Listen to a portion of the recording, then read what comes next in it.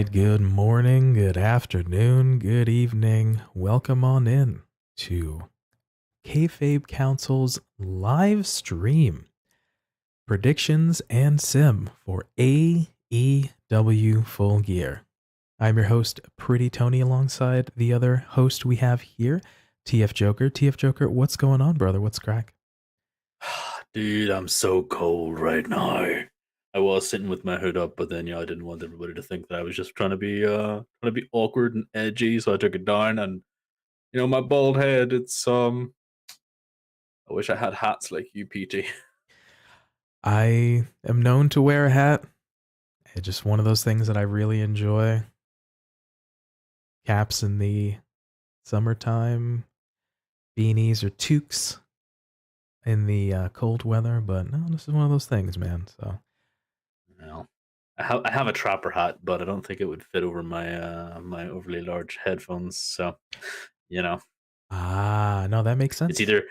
either keep the ears warm or keep the top of the head warm, and unfortunately, I can't hear through a trapper hat. So, Yeah, I mean, I'm going with the simplified headphone gimmicks. So yeah.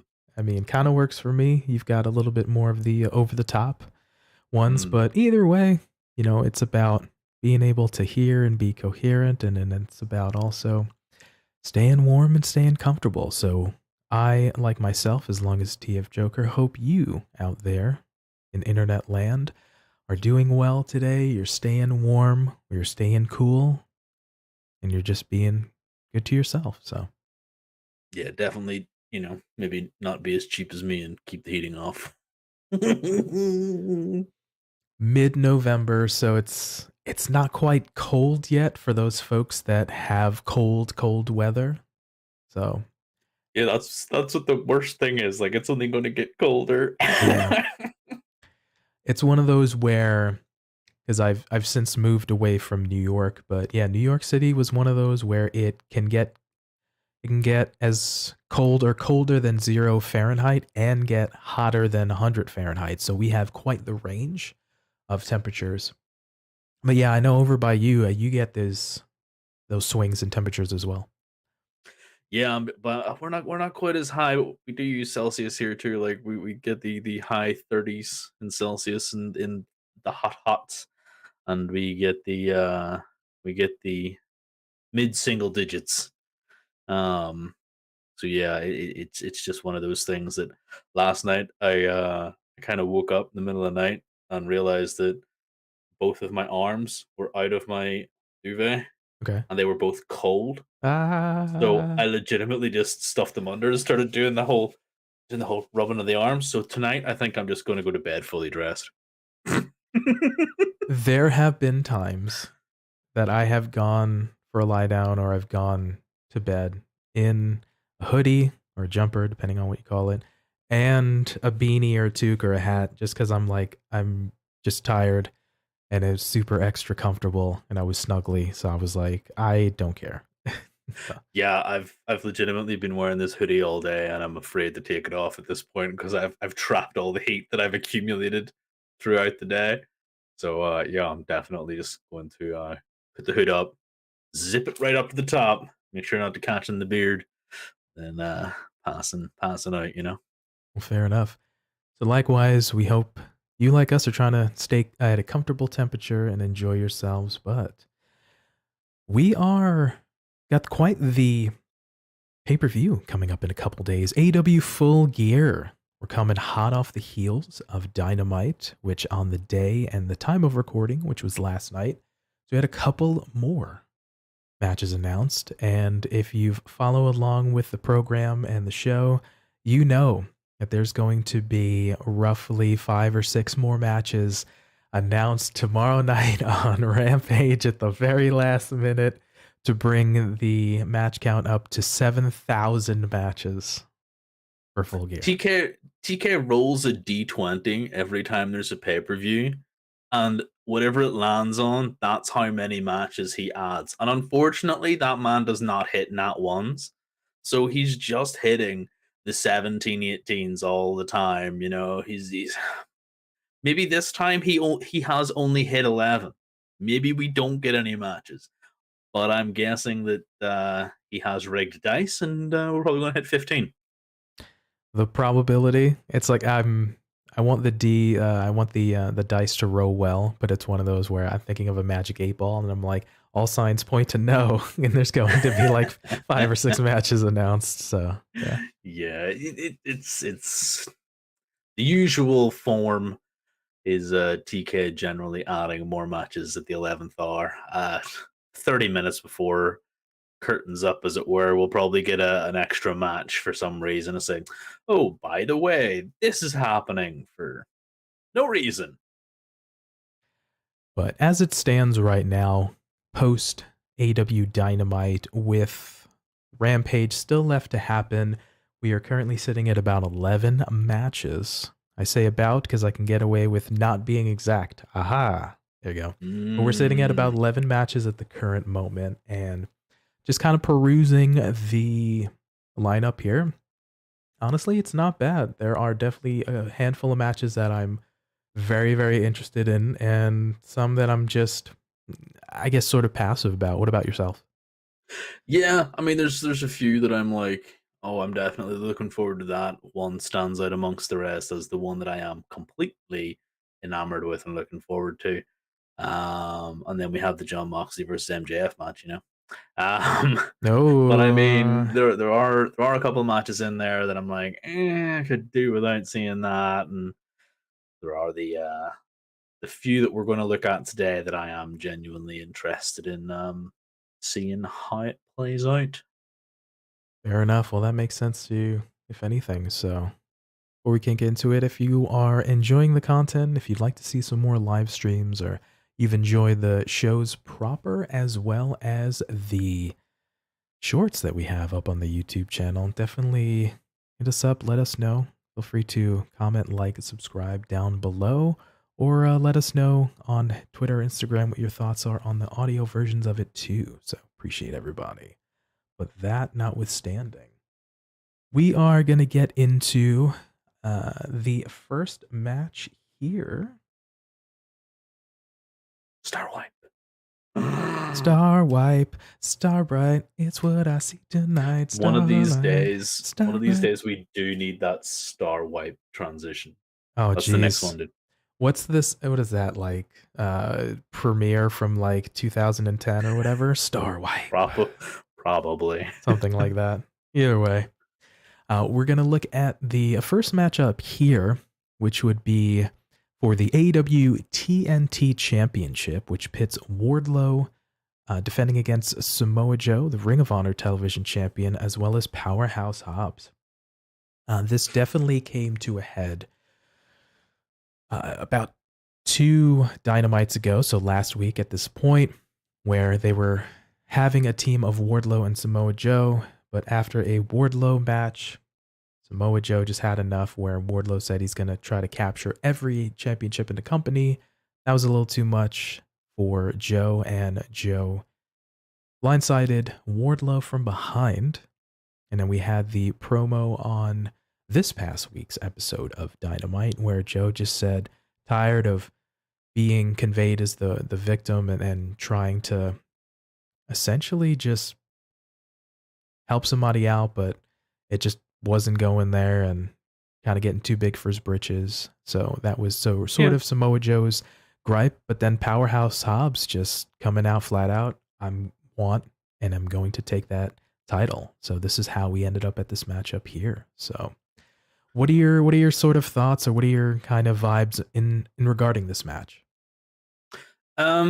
I mean, it's a bit of a difficult one, isn't it? Like Joe's promo sort of cutting there. He was like, "Oh, Shivani, you remind me of a Paul." And it's like, okay, cool. You want to choke him out like you choked out Paulie.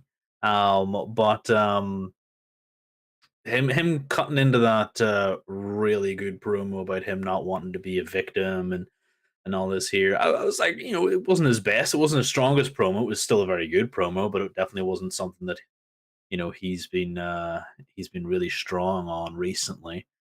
I really would have liked to see a one-on-one versus Wardlow and Hobbs.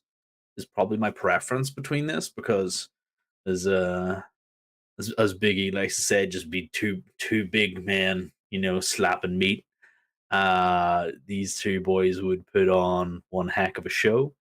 But now you're adding in big Samoa Joe there too, so I can't hate it because these three guys are genuinely the epitome of what I love in wrestling. Like you've got the athleticism with Wardlow, you've got the viciousness with Joe, you've just got that big, strong bruiser of a man in Hobbs. Yeah, I love the look of this match. Yeah, for sure. I was interested in the notion of having a Wardlow and Hobbs because kind of interesting dynamic. We saw a little bit of a matchup with the two of the big boys with Wardlow and Brian Cage a couple weeks ago. But then Powerhouse Hobbs has a little bit different feel. Brian Cage has a bit more athleticism. He's a super jacked dude who's built like a brick house, but then also can do some lucha moves. But then Powerhouse Hobbs is a bit more grounded in the strength and sort of the explosive high impact offense. And then likewise too, I would have liked to see a Wardlow and Joe match because I feel like they built up a story and there Joe can kind of give him a bit of shine and kind of help him out. But I'm not mad at seeing to that point, kind of that big beefy boys just slapping meat. It's going to be just a fantastic Hoss matchup. Yeah, I don't need no 5-star match. I don't need no 30-minute classic, as he says. It was. I saw that promo on their podcast earlier on today. I was like, yep, definitely, this is what I want.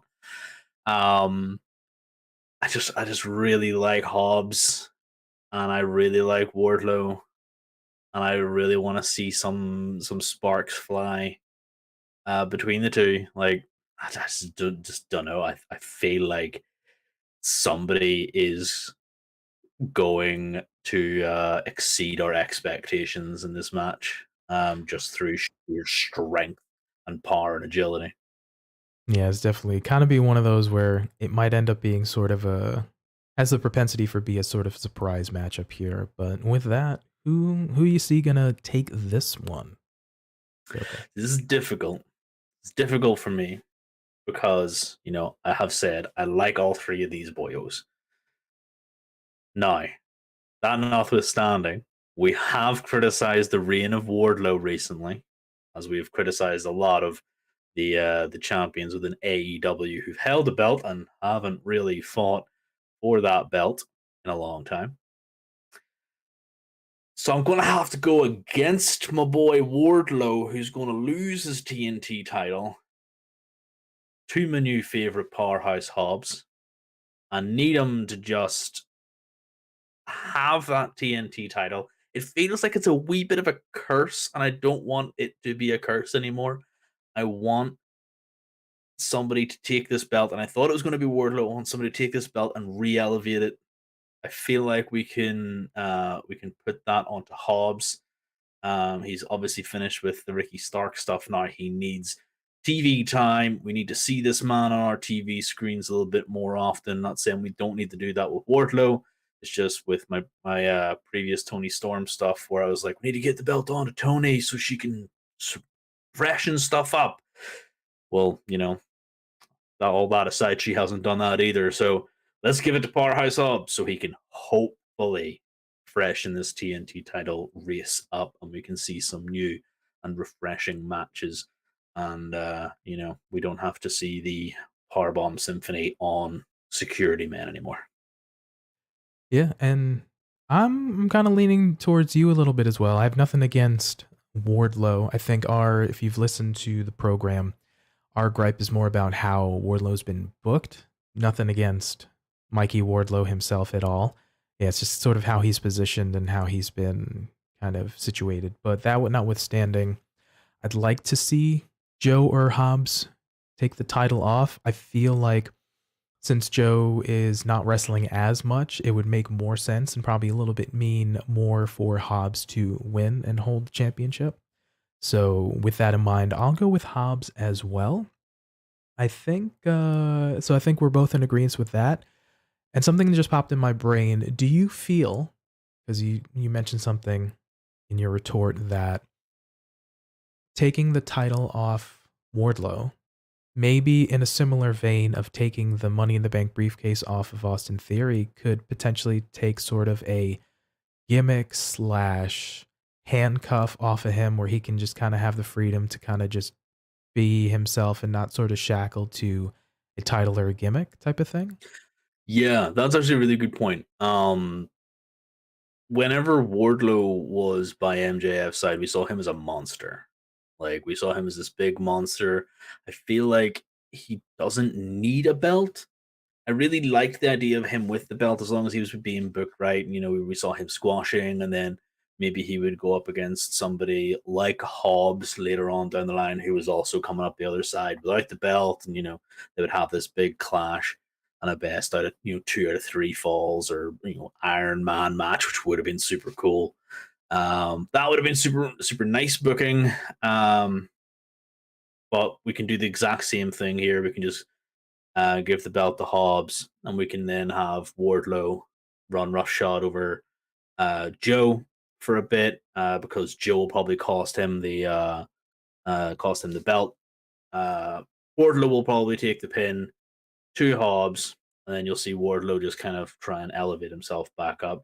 At least that's the way I would like to see it done. I don't really care too much for Joe. Like you said, he's not wrestling that much. I don't really care for him having another belt, which he doesn't need.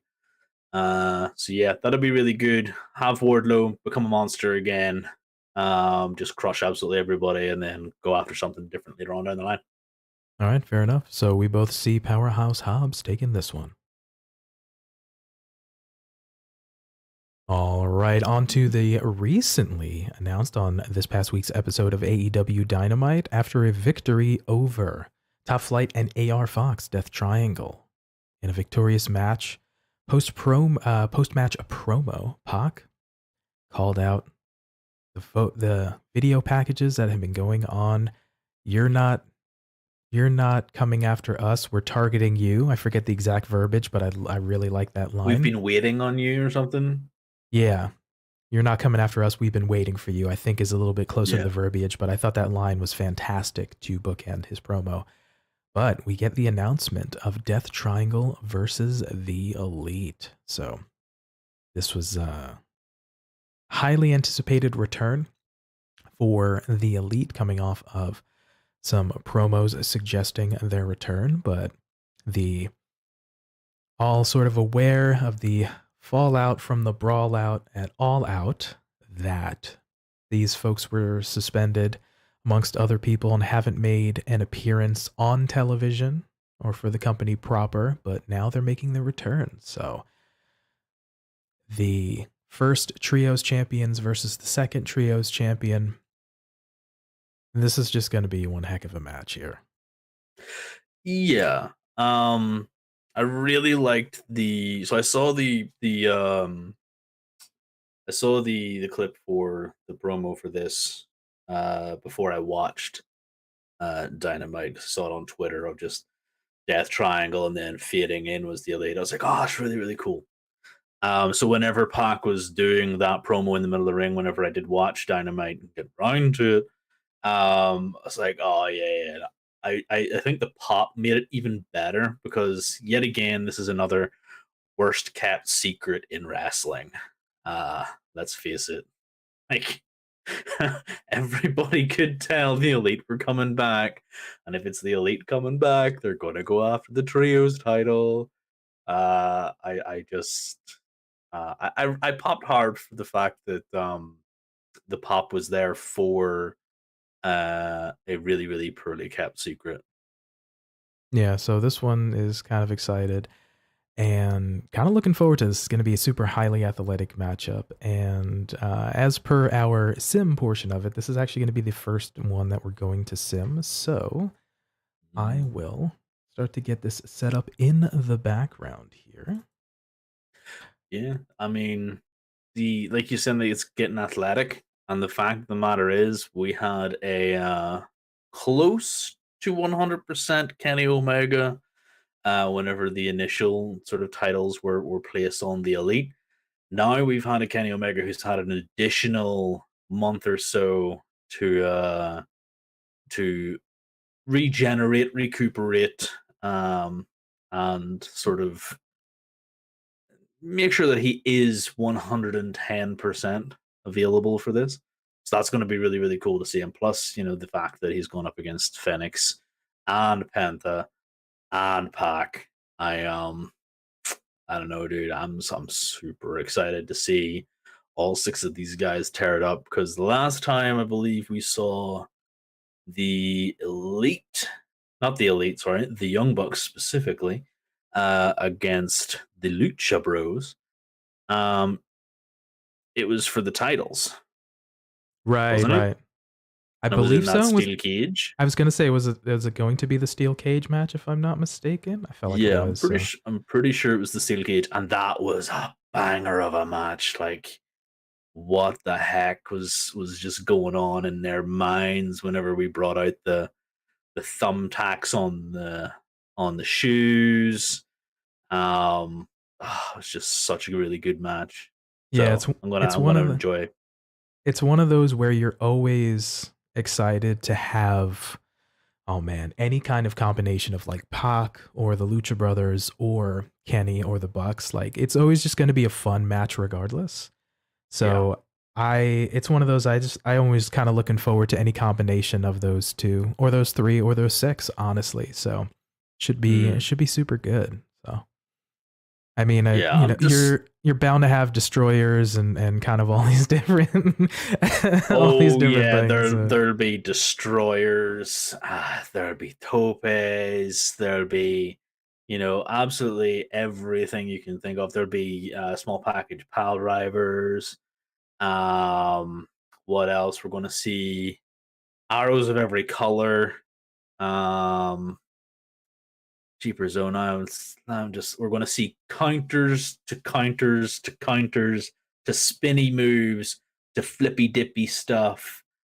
I mean, if we have the previous match we were talking about, the 3 big men, the meaty men slapping meat.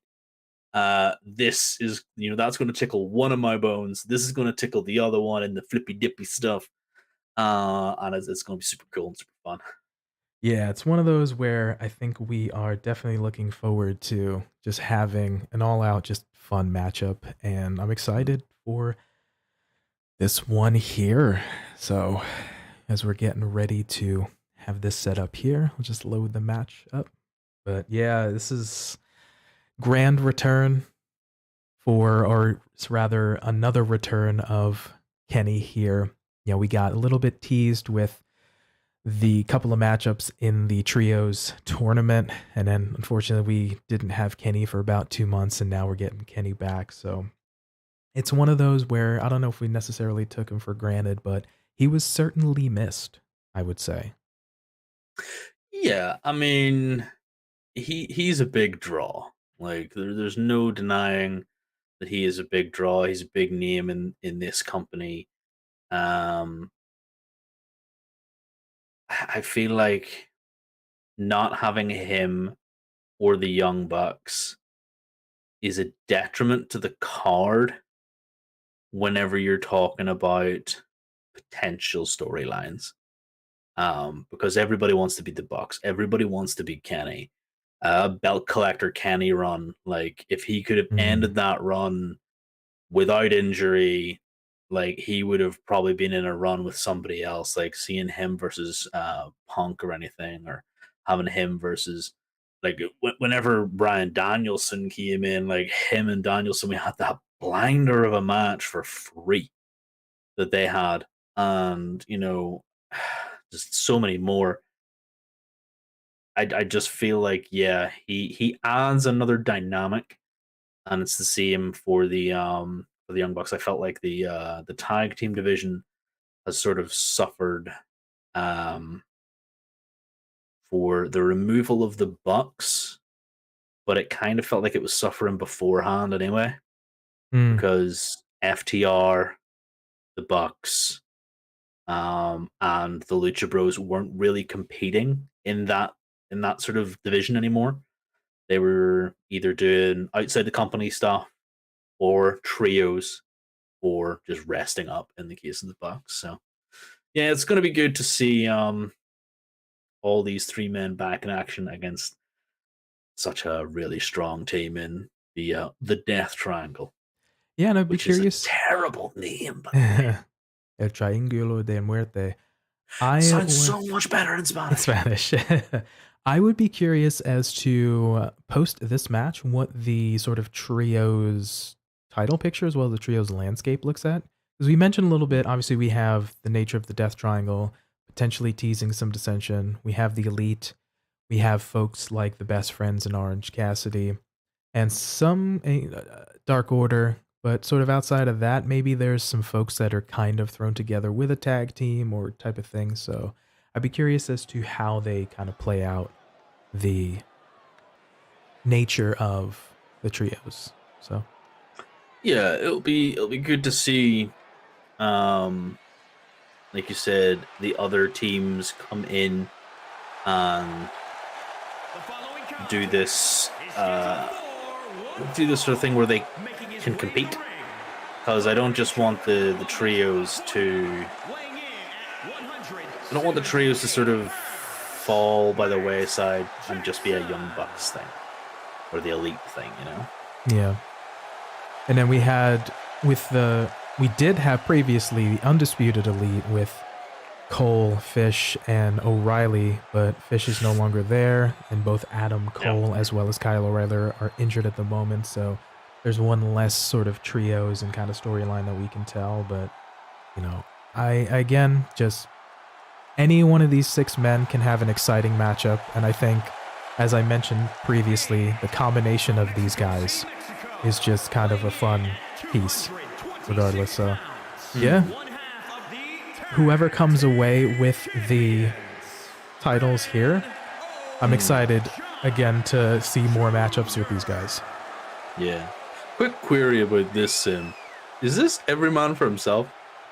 I put it as a normal 6-man, so hopefully if because they're coming out by themselves and they're not coming out in order, I'm just kind of like, maybe we'll see a 1v1v1, etc. Which 2K, this 2K game as well as all 2K games are a little weird. So I said it as a normal 6-man. So ideally you'd have, 1 man in the ring each potentially, but I have a feeling this might be accidentally tornado tag, which I wouldn't be mad at. So yeah. Either way, we're about to see something that'll probably not end up being what we'll see then. But hey, this is what PT's PC thinks is going to happen at the end of the day. So we'll see what happens. So, and obviously using the models here and stuff, but I cannot wait to see how Matt and Nick Jackson and Kenny come out through their entrances, because they always show out, and it's going to be funny. Yeah. They, especially on the big pay-per-views, they've been known to have kind of sort of spectacular entrances. I know one of them, maybe the Fighter Fest or maybe the Double or Nothing, they had the Street Fighter, they had the Ken, Ryu, and Akuma one, which is a very, very nice touch. So, and then I think maybe the first Double or Nothing, they had sort of Matt and Nick came out sort of in Elvis-type jumpsuits, which is kind of funny. So, yeah, really, really fun when they played up. Yep. And credit to the 2K22 community creations piece. I wouldn't have been able to do this without the amazing work of all the creators out there that just make these awesome models. So appreciate that as well. Yeah, that's some of the best stuff about that creative community is like they just knock it out of the park with some of this stuff. These models are good. Yeah.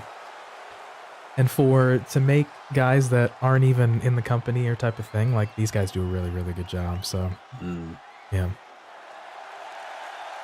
All right. 2 more, I believe, and then we kick off the match. Yep. We got the Kenny and the Pac, big 2. We got Kenny and Pac to come out. So let's see. Yeah. See how this goes. Neville and Kenny.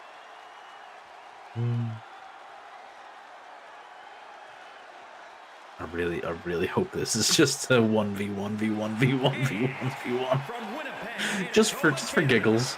Weighing in at 263 pounds, Kenny. It's a really good Kenny. The only thing that would make it better is if on his back they had, the suction cup bruises. Oh, like that would make me pop. I wouldn't be surprised if somewhere deep down in the creation suite is somebody has gone and put that together. So yeah, I was crossing my fingers there just in case it happened. because there is also if I'm not mistaken, it might be the alternate attire for Kenny on this, but either way, there are ones of his return where he has the compression shirt and the shoulder guard on as part of his sort of outfit. It's kind of crazy as well. Like these guys just when a wrestler has new looks and things like that, they just kind of go crazy with it. So. Yep, they really do.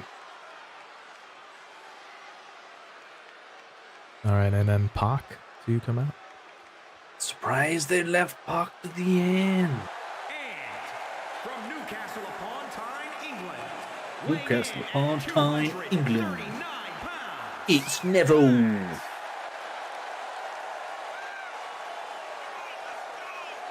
I really like how he's currently playing up his sort of role in the game with, not in the game, but in wrestling at the minute in AEW, where he's just, come on, it won't hurt anybody. It's just a hammer. You need to use it. Yeah, it's gonna be so. I think we're getting a tornado. Okay, that's fine with me. It's just a full. Every man for himself. There's Ray versus Pac. Oh dear. I legit said it as a six-man tag, normal tag. So well, it is what it is. It just looks like we're getting a preview of what what's going to happen with the Death Triangle boys. Yeah. 2K just being 2K. So. Oh, Pac is trying to pin Phoenix, but his brother is beating up Kenny, and the ref is just like, I'm gonna go over and check on this stuff over here. Yeah. But, sometimes we forget to mention that the loose tag rules for AEW sometimes very loose, that 5 or 10 count. So. Yeah, the refs are definitely very forgiving in AEW. I think actually in terms of who has the strictest refs, it's funny to think that is WWE, because if you watch New Japan, and this has crashed. Oh no. No, it hasn't. No, it did. Okay. Oops, sorry about that. Okay. Dang it. That is fine. Sorry about that. If you watch New Japan stuff, the refs let everything go. Yeah. They do not want to stop the match.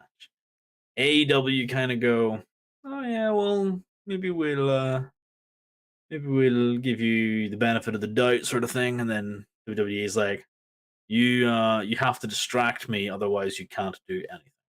Yeah. You know what I mean? Yeah, no worries. So I'll just I'll run this back one more time. Sans entrances, because we got to see the models, which is fine, but yeah. Yep. Okay, give me a second here. But yeah, this is we saw a little bit of the crazy shenanigans that is and will be this matchup here. So, all right.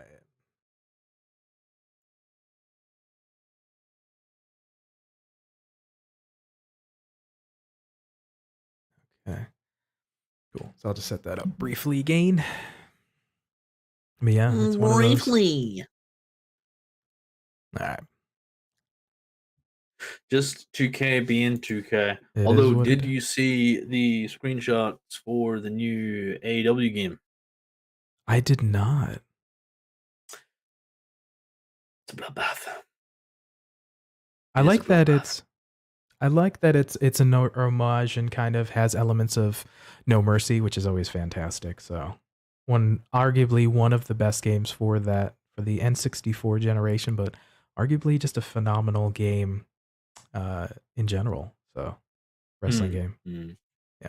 I mean, if I can find it, I'll show you. But it is definitely one of the things that I'm like, I might buy the first AEW game Okay. because I've bought plenty of WWE games. I've bought plenty of 2K games. I've been disappointed by them. Okay. So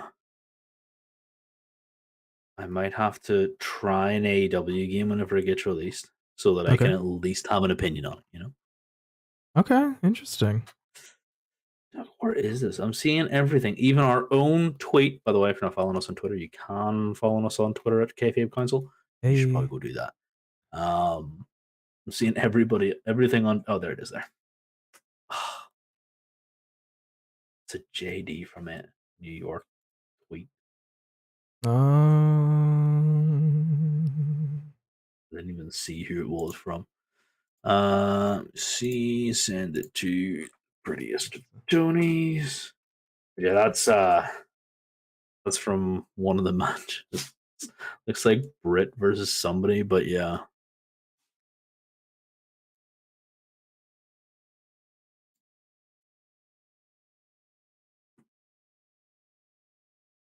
It's a bloodbath. It's a bloodbath.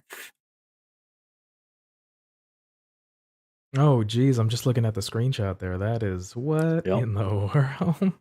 That's the only thing that I've seen about it so far, but yeah, it looks. Ooh. Getting blood there, brother. Mmm. That's crazy. I mean, maybe they'll have normal sort of trios tag matches and stuff, and we won't even have to do these in 2K. Maybe Like we'll see. crazy. Yeah. It'd be crazy. We'll kind of see how it plays out. But all right, so We are at least attempting to load in yet again. yeah. Well, there's We will. there's a What was lot of that? assets. There's a lot of assets here, so this one might take Right. a little bit. Yeah. So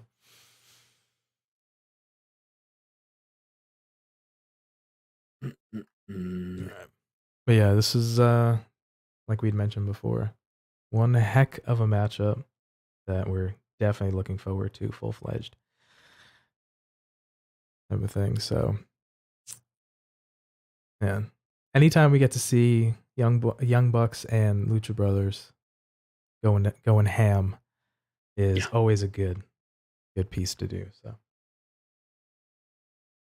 Definitely. Although I think the highlight for me is definitely going to be if Pac decides he wants to punch Kenny in the mouth. Mm. Like, Pac is going to be the combustible element here. Here we are. We're All right. actually having a tag match now. There we go. Maybe this will hopefully not crash the stream. If it does, we'll just talk about it. Yeah, we'll just shoot our prediction and go on to the next match. So Yeah. Dang, Panta. Tell him how you really feel, brother. yeah, seriously. Although, Did it? Oh, geez. Okay, well, this Really? particular match is not cooperating. So apologies on here. I dry ran a bunch of things and it worked fine. It's just being a little spaghetti here. So apologies. But all right. So sorry about that one.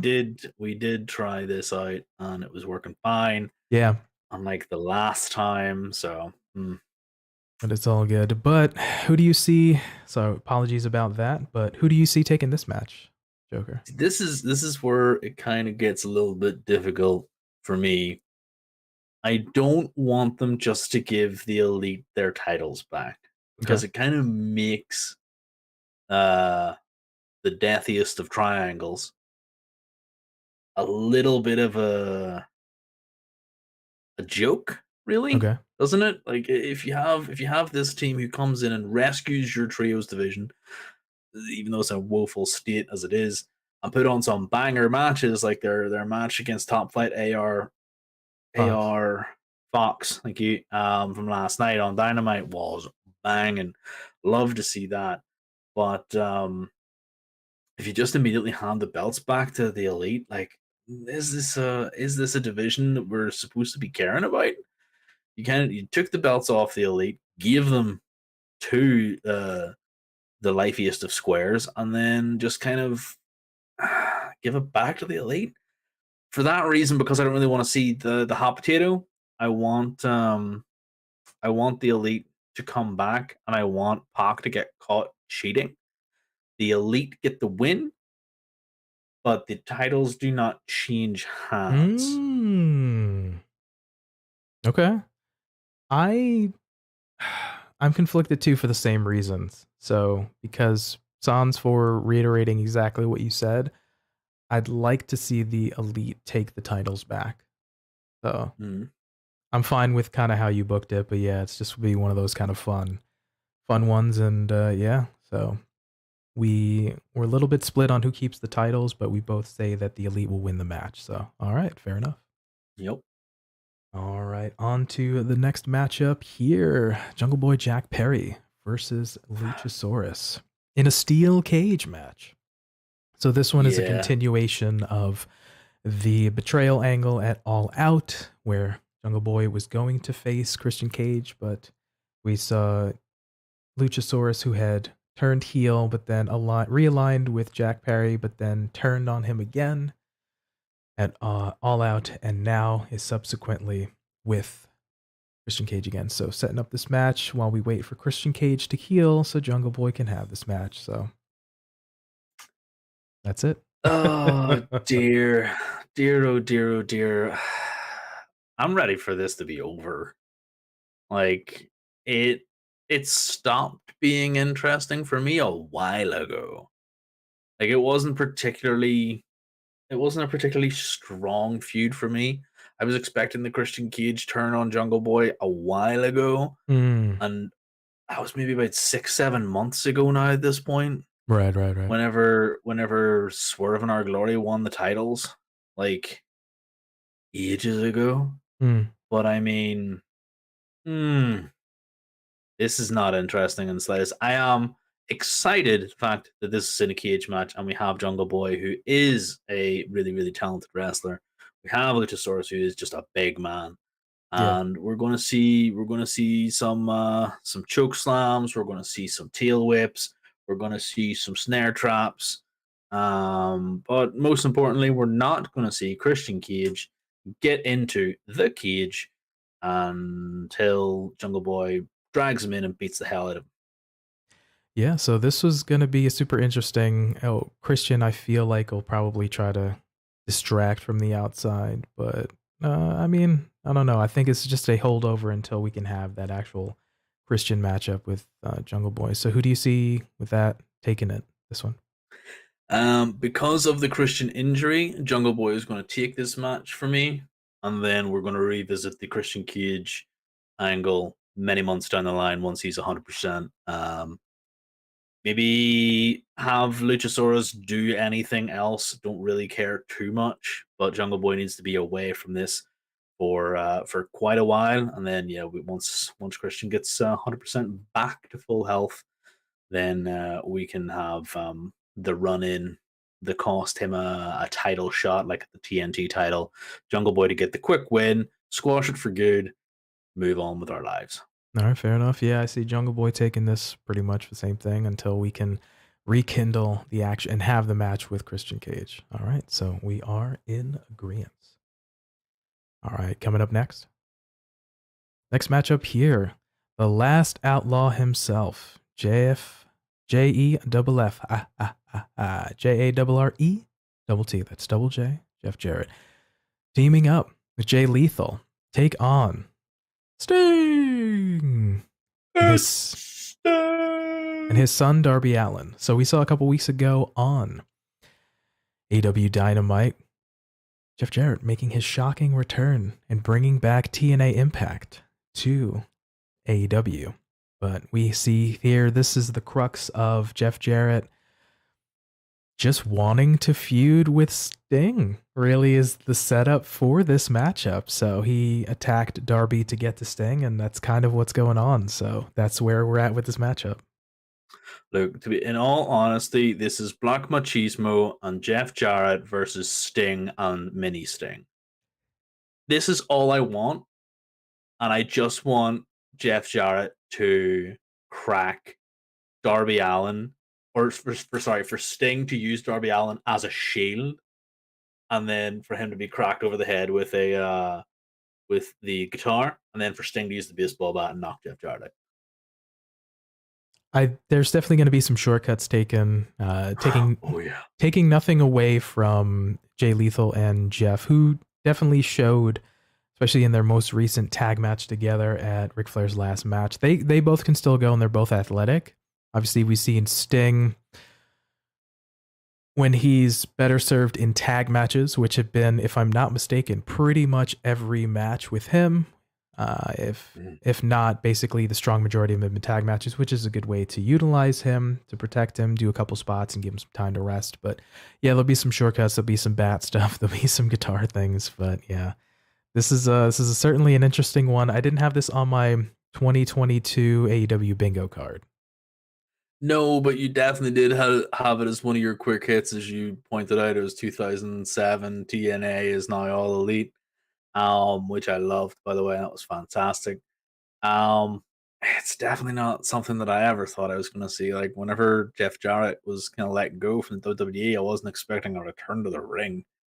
Yeah, he went from WWE to Ric Flair travesty to AEW. Like, he just loves this business. Just loves this business. So with that, who do you see coming away with the win on this one? I honestly don't know. This is I literally want to see one spot, and I've already detailed the spot. I never really put much thought into who's winning this. Okay. So I kind of just want it to be I'm gonna pick a winner here and now, because this one match I literally haven't thought about. I'm going to go with Jeff Jarrett on Black Machismo Jay Lethal himself, because I kind of want Sting and Darby to go in their separate directions, because just like with Jungle Boy and Christian, Jungle Boy hasn't been moving very far. Darby also hasn't really been doing anything as of late. He was the TNT champion for a while. Now it feels like he's just falling down that card. It needs to be a little bit more important. We need to begin the setup for the 4 pillars in a fatal 4-way for the AEW title. And we need to make the other pillars as important as that big pillar, MJF. Gotcha. So MJF, Darby, Jungle Boy, and Britt Baker for the AEW World Heavyweight Championship. All right. And Britt Baker wins while she is the women's champion, because she beats Hayter. 2 belts Britt. So. Yep. So you saw Jeff Jarrett and Jay Lethal taking this one, you said? All right. Yeah. Yeah, I can kind of see. I know Darby's like, I want to stay a little bit away at the moment just to kind of prove myself, but for whatever reason, I also feel like Jarrett and Jay Lethal, TNA, is going to beat AEW on this one. So yeah, I'm in agreement that, yeah, I'll agree with Jeff Jarrett and Jay Lethal. So Team TNA, boys. TNA. Get the rally towel going. Yeah. TNA. All right. Coming up to the next matchup here. Very hotly contested and potentially looking forward to matchup here. Dr. Britt Baker, D.M.D, facing off against Saraya. So we saw Saraya coming to debut in AEW about a month or so ago, making her grand return to wrestling. and her debut in AEW, and subsequently basically set her sights on Britt Baker. And the crux of this matchup here is really sort of a respect / I want to go up against sort of the best in the business, the best in the division, and that's kind of what it's sort of been about. Yeah, the lines have been blurred for this one.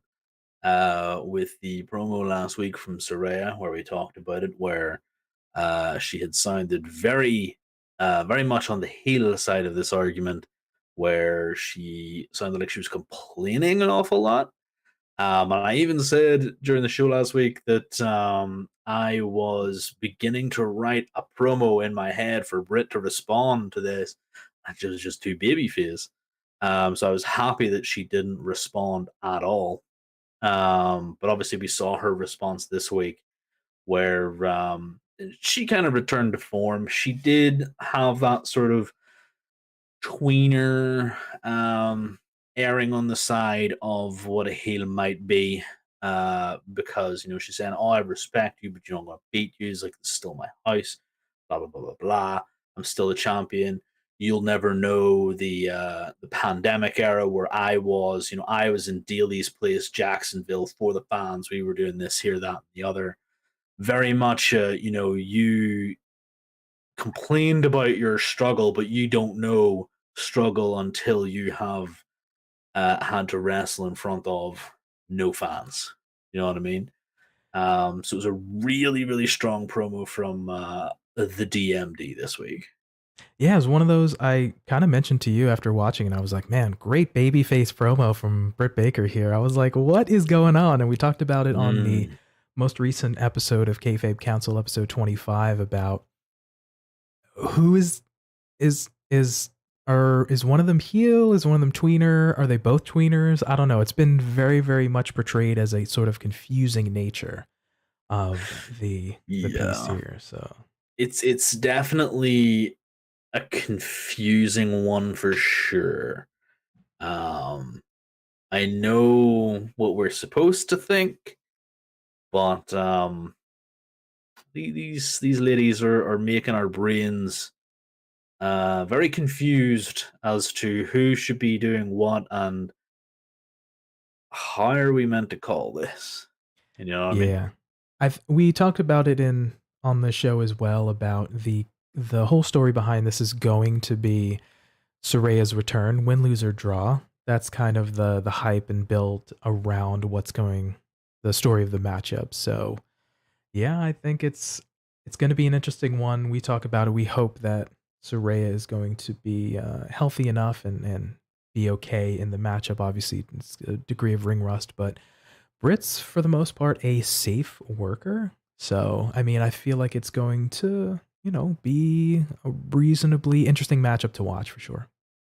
Yeah, I can't think of a moment when Britt was the cause of any major injuries. Like, I know I've seen her shed her own fair bit of blood from minor botches, whether or not missed time, miscommunications, or turnbuckle accidents. But she's definitely already broken her nose and had that Becky moment. Yeah, I think Saraya is going in there with the safest pair of hands from the women's division at this point in time. Yeah, so definitely kind of looking forward to how this one plays out. We had concerns about, we mentioned it on the show as well, that the first bump / shot to the neck from Saraya, she is going to grab that neck and sell a la Bryan Danielson. Yeah. I feel like she's going to do it walking down to the ring, but, then this is her doing her whole, or she's going to do her whole walk down and then, maybe get in the ring. Is she corny enough to do it from then? Yeah, probably. But we're all going to be, well, I know I am going to be looking at this match and going, please don't hurt yourself in the first bump. Please. I feel like that's all I'm going to be concentrating on is just please don't get hurt, please don't get hurt. That's the only thing that's going to be on my mind in this matchup. Yeah, no, 100%. That's all I'm gonna be. All I'm gonna be thinking about is. And from Norwich, England, I was waiting for it to see if she was. Yeah, this is her original WWE entrance anyway. I believe She'll so. she'll do this exact same entrance. Yeah, she's nothing if not unoriginal. She will do this exact same thing. It's just whenever it's going to come down to how quickly she sells. But to my point that I was going to make, it's like I'm just going to wonder why 2K crashes at the smallest of things. Oh, geez, Why? Louise, come on now. Again, folks, apologies. We tested this before. It was working. So I don't know, dude. I don't know. I don't know. You plan and you make all the things and you do the dry runs and it tests, and it is what it is. So we apologize. So from now on, we're gonna do these. We're gonna do these streams when there is literally just two stick figures on the screen in a completely blank arena, no fans, no sound, no nothing. no, I think that's the way we work it from now on. that's fine. Then 2K cannot do anything wrong. Yeah, it's one of those that this is a very interesting game that's prone to just being full of shenanigans. So it's fine. I'll just set it back up. So, but yeah, it's I'll just give it an interesting splash page while I just set this up briefly.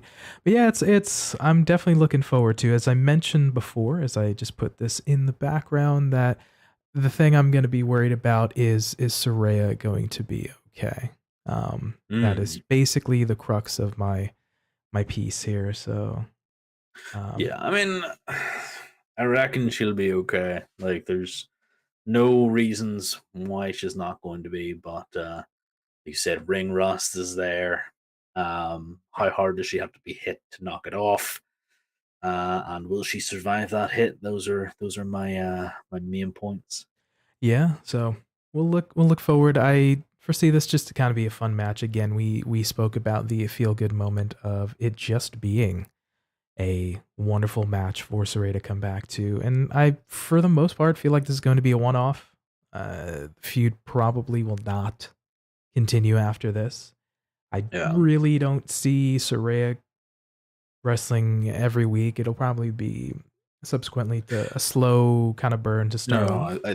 I think the whole thing with her is she is on the Sting end of the spectrum, where she is only cleared if she wrestles like once in a blue moon.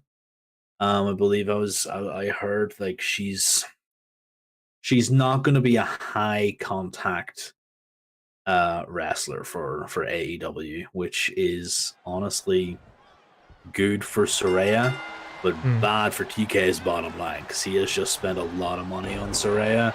Right. And personally, I think it was a bad move by him to spend all that money on someone he wasn't 100% sure was going to be cleared, is now cleared, and can only be used sparingly. So yeah. Oh, you gotta be kidding me. Good job, team. Good job, 2K. Oh. Okay, well, PT, who you got in this match and why? All right. Well, I see this as a feel-good moment. Apologies again. Sorry, we tested all these and it was fine. So sorry about that again. Notwithstanding, I see basically Saraya is going to get the win. I talked a little bit about on the show how I feel she's going to do selling the neck on the kind of the first bump type of thing. But yeah, I see.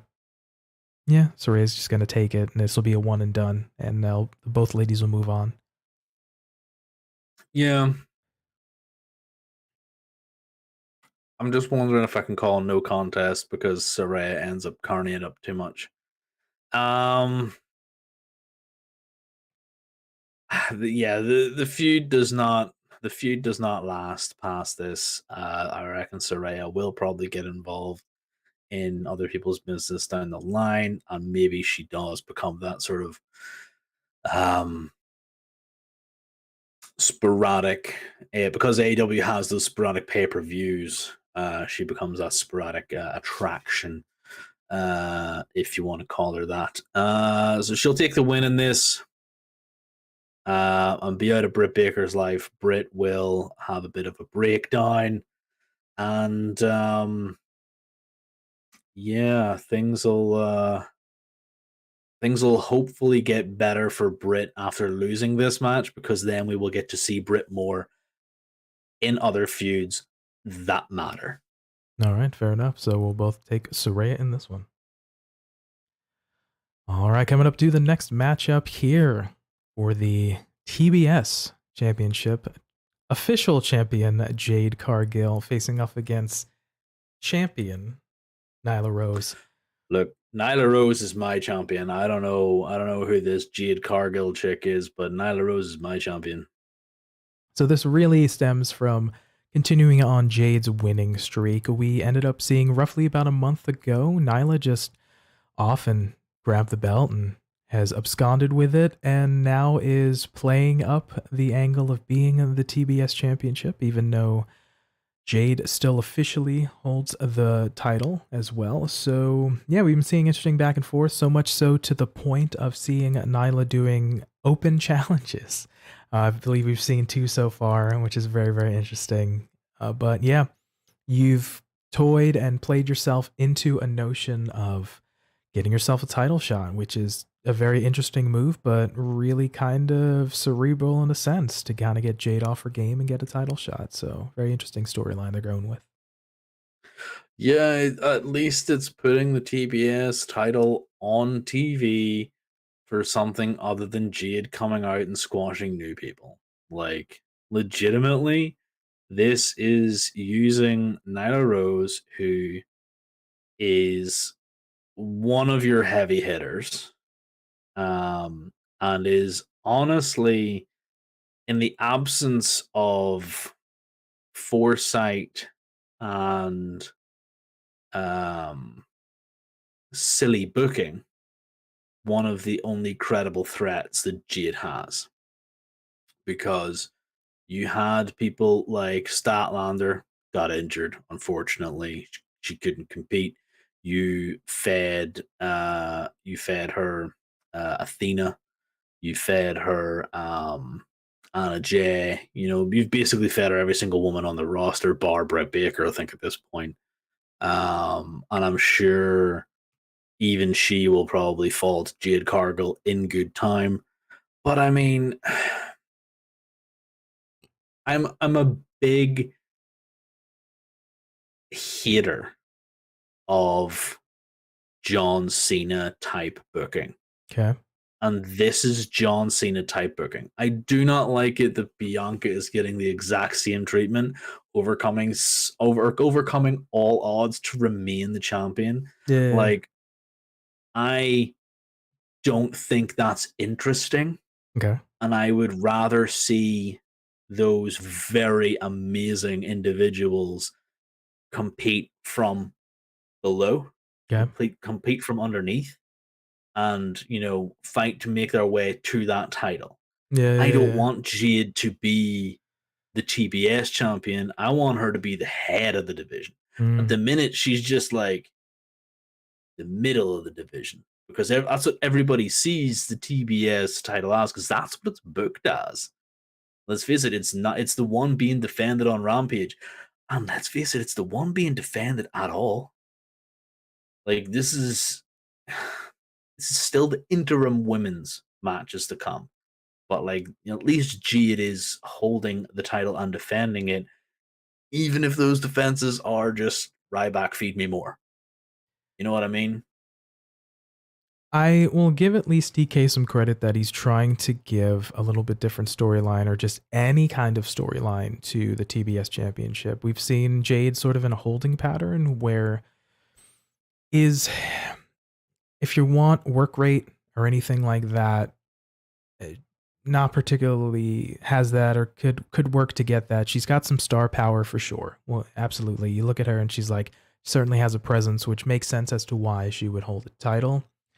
She may never get to the levels of the ladies that are going for the World Women's Championship, if you're looking at a work rate standpoint. But I think it's one of those where sort of in a holding pattern. It's just kind of been going on the having relatively short matches, keep winning. So to have a little bit of storyline to go in, I'm not mad at, but it's just adding a little bit different flavor to it. So at least they're trying to go with something. But with that, who do you see taking the matchup here? Do you want my real answer, or do you not? Do you want the answer that I want to go with, or do you want Go both? with I want both. Go with what I want, and then what do I actually see happening? I want Nyla to win. Okay. I want Nyla to beat Jade and cement herself as the actual TBS champion, 3-0, baby. Just because I'm a big Nyla fan. I think since her coming into this storyline and her, having to be on the mic and cut these promos, she is so much better than Jade at these promos. Like, there is no competition. It's night and day in comparison. Nyla is just on a different level in the promos. Like, I just think that Jade is very one dimensional in hers, and she's just not interesting. Nyla is very interesting in and outside the ring. So that's why I have her as the winner, and retaining her rightfully gained TBS title. TK is going to book Jade Cargill because Jade Cargill looks like money, makes money, speaks money, just generates money. Like that is who she is and what she does. Jade Cargill to actually win and pretty much languish in the mid card for the rest of her otherwise what would have been an impressive career. Fair enough. I'm kind of in agreement on both parts. I would love to see Nyla just go and take the belt, and sort of in an homage or in a piece to actually just kind of free up Jade from this championship and have her kind of stretch her wings and be able to kind of do some stuff outside of sort of being, not handcuffed is the wrong word, but sort of kind of having to have this TBS championship. So I wouldn't mind seeing that to see how Jade is able to grow. But who do I see actually winning this? Jade. So yeah. So we'll see kind of how it plays out. All right. Coming up to the next matchup here. The Ring of Honor / Ring of Jericho 4-way championship match. As we see champion Chris Jericho versus Bryan Danielson versus Claudio Castagnoli versus Sammy Guevara. So we see the ongoing trope of the current Ring of Honor champion, the Ocho, Chris Jericho, has been calling out Ring of Honor champions. So we've seen a collective of former Ring of Honor champions as a whole in the past number of weeks go to challenge Chris and have all been defeated. And now his new piece was based on a backstage promo from Danielson and Castagnoli saying, hey, what about fighting one of us? And Chris responds, I'll take on you both. But it'll be a multi-man matchup, and I'm going to add Sammy in there for extra insurance. So we're seeing here the culmination of this with the match set up here at Full Gear with the 4-way and the addition of adding Sammy as a little extra sort of insurance policy, if you will. So very, very interesting dynamic. Yeah. I don't know what this was to do. Like, give us a little bit of a buffer between now and whenever they find more Ring of Honor champions for Jericho to beat. I'm really confused by the fact that Jericho made this into a 4-way. Okay. You know what I mean? Like, I get why it wouldn't be a triple threat, but what I don't get is why it wouldn't just be but like, okay, well, I'll tell you what, Claudio, you can fight Danielson, and whoever wins that's the person I'll take on. Okay. You know what I mean? Mhm. So it's just one of those things that you make your enemies fight, Right. and then you get the weakened enemy. Mm. So I feel like that would be more his style. But if you paid attention to Ian Riccoboni last night on commentary, Chris Jericho is becoming that which he does not like. He is becoming one of the best Ring of Honor champions in Ring of Honor because he is defeating previous Ring of Honor champions. Like, well, what do you do to be the best? You beat the best. If you are beating the previous champions, then you're going to be the best. And he has had such barn burners with Bandito and Dalton Castle, and and with Castagnoli whenever he took the title from him. So it's been one of those sort of interesting dynamics, but still kind of confusing. Yeah, it's a very, very interesting thing, and I'm just holding. See if I keep sharing the OBS, it might be a little cleaner for you. So hopefully it plays out. Yeah, it's So, but yeah, I think it's one of those. The addition of Sammy adding to this piece was sort of a bit of a buffer, a protection, a bit of a backup because he's facing off sort of against these two from the Blackpool Combat Club. So, but we had that piece where he looked at him and he says, Sammy, do the right thing. So I'm wondering if we're going to have a little bit of dissension from Sammy in this matchup. So, well, I mean, I talked to you about this before. Some of my favorite infighting matches have come from the Bullet Club and NJPW. And we saw those matches in the G1 this past summer where members of the Bullet Club are having to fight each other, and we're like, oh, I'll lie down for you. In the case of Chase Owens, I lie down for Jay White if you give me some money. Well, whenever Chase Owens opened the envelope with all the money, it was all filled with paper. So then they went into an actual really good fight. It's the same whenever El Fantasma, I think, fought Juice Robinson as well. So, like, these boys messed around for a bit and then actually had a barn burner match. So, what I kind of want to see out of this is Sammy Guevara do the right thing, little guy. But then kick out and for them to put on a bit of an exhibition while Danielson and Castagnoli. Oh my goodness, 2K. yeah. What is going on? So I want that sort of dynamic to happen, and I want that kind of thing to happen in this match. Whether or not it'll happen, not 100% sure. Yeah. So again, apologize. We dry ran the stuff and it seemed to be good. So apologies all around for 2K just crashing.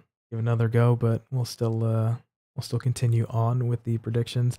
Yeah, it's going to be one of those things, and you made up a really good point about the sort of dissension in the ranks themselves, about how we've seen with the Bullet Club facing each other in the G1. You get that little comment to Sammy kind of holding the face in the camera like, yeah, don't worry about it. Yeah, there's nothing going on. So don't you worry your pretty little head type of thing. So yeah, it's one of those where I think we did a little bit of fantasy booking when we were looking at, there'll be portions of the match where the Blackpool guys will take out the JS guys and might do a little bit of scrap, and then there'll be a piece where Jericho and Sammy tease a little something, might hit a shot or two, but really not kind of play into it. And then it comes that ultimate piece where we have to see, all right, is this going to be where they ultimately, does he fight back the hand that feeds type of thing, or what's kind of going on? So we'll see. I'm kind of curious as to how it's actually going to play out. Yeah, it's definitely one of those things that Sammy does not have a lot of fans right now. It's definitely quite evident that he does not have a lot of fans right now. Getting that sort of X-Pac go away heat, brother. Yeah, maybe his only fan is his wife. But definitely is, like you said, getting that X-Pac go away heat. So I'm not even sure if a showcase between him and Jericho would do anything for Guevara. I feel like his is a heat that really needs to cool off for a while. I don't know. I mean, it's one of those that you're trying to give Sammy a chance here. Like we've seen on multiple occasions, he got brought into the inner circle. He had some time away with the TNT piece that didn't exactly sort of pan out the way maybe TK and Sammy would have liked. So he kind of went back to Chris's side now in the JAS. And now it's one of those things where I guess he's just kind of leaning into just being kind of the bad guy himself and just kind of just going with it and kind of being the smarky, cocky heel and playing it up with his wife and everything. So it's good, but like it's one of those, just me personally, I'm just kind of not invested in Sammy the character. Like I don't know too much about Sammy the person, I'll be flat out, but when it comes to sort of his character work and kind of his matches, I'm just really, not myself looking forward to or sort of invested in what he's got going on. Yeah, so like the way wrestlers always tell yourself that it's just them dialed up to 11. Right. I feel like Sammy's character is just Sammy. Like he's not dialing it up, he's not doing anything different. I think it's just him. Yeah. Also, I don't know if you have sound, but I don't have sound. But at the same time, it's just one of those things that you're like, oh, jeez. It's really just a crowd noise, honestly. So nothing really much is it? going on. Well, that's okay. Yeah, That's all right. I'm just trying to wonder if I have noise, but anyway. Yeah. But the Sammy, like, I like these wrestlers because they are playing character. Right. But Sammy feeling like he's just Sammy, to me, feels like he isn't giving me anything to think of him as a character, and thus nothing for me to like about him. Do you know what I mean? Like, sure, I get the fact he's supposed to be this, cheeky heel who is meant to have us all hating him, but I don't hate him. I'm just kind of sick of him. Yeah, just and apologies about it. Just not not cooperating. So, yeah, it's just one of those things where it's not. I don't know, like, kind of just don't want to see, like it's just not for me, with all due respect. So, yeah. But that being stated, I don't know. I feel like it's going to be a fun matchup, but we'll see some of these guys fight and kind of play off. But who do you see taking the matchup here? Jericho is going to retain his Ring of Jericho title. I feel like we've talked about it before, where Jericho was a really good fit for the company to spearhead the rejuvenation of Ring of Honor. So him holding on to that title does wonders for their ability to get TV deals, especially as we may have seen that he has appeared on The Masked Singer and recently got voted out. He recently got voted out, but he was still on there. We still saw him. We all knew who it was. I think last week or days ago, whatever it was. Whenever he was putting on that terrible English accent, he was, singing. He's singing Smash Mouth, and he even tweeted about it. I was like, "Come on, Chris, shut the hell up." But whenever you have that guy who can go out on TV, who can be that larger than life personality, and he is an ambassador, and he was, funnily enough, by Nick Cannon. This is probably more of a Nick Cannon thing, but he was announced as the AEW World Champion instead of the former AEW World Champion, but probably not connected to Ring of Honor World Champion, which would have been nicer to hear maybe, because it would have. But then AEW is the brand, Ring of Honor's not out yet, so ignore me. But he is definitely a face there. And that is why he will probably retain this title until we see the needle move towards Ring of Honor TV deals / shows. Yeah, it's one of those. Somebody sent me the link, and I was like, after 10 seconds, not even 5 to 10 seconds of hearing whatever that dragon unicorn thing was, I was like, that's 100% Chris Jericho. Yeah. I whenever you get those things, it's always like, oh, this sounds like such and such. And I'm like, 9 times out of 10, they never sound like them, but they're never that person. But whenever you listen to that clip, it is 100% Chris Jericho, and you're like, this can't be anyone else. Like, Yeah. why isn't he just singing a Fozzy song at this point? Yeah, you kind of stick to what works, but yeah, you know what? In terms of you seeing Jericho retain, I feel like I'm conflicted in a sense of like you can have a Danielson or which if you want to take the title off of Chris and kind of try to line up a kind of TV deal or some sort of streaming service deal for Ring of Honor, having Jericho or having Danielson be sort of your world champion would not be a bad idea to help sell type of thing. So for lack of no disrespect to Danielson, but I feel like Jericho has a little bit slightly more crossover appeal than Danielson. That notwithstanding, I don't know. I feel like Chris can retain, but like I also feel like Danielson or Castagnoli could take the championship. But since you're going with Chris retain, I'll say Danielson finally gets his time in the sun and gets the Ring of Honor championship back, just to spin it in a little bit different direction and try to have him not quite do the same thing, but like be a fighting champion and just kind of have really solid matches. So I'll go with Danielson. So. Fair. Coming up to the next matchup here for the interim AEW Women's World Championship. See the title holder Toni Storm facing off against Jamie Hayter. As you see Joker put his hands over his face. He's not the biggest fan of interim championships. But how we approached and got to this matchup here, Toni Storm at the All Out previous pay-per-view won the fatal four-way matchup to crown the interim Women's World Championship.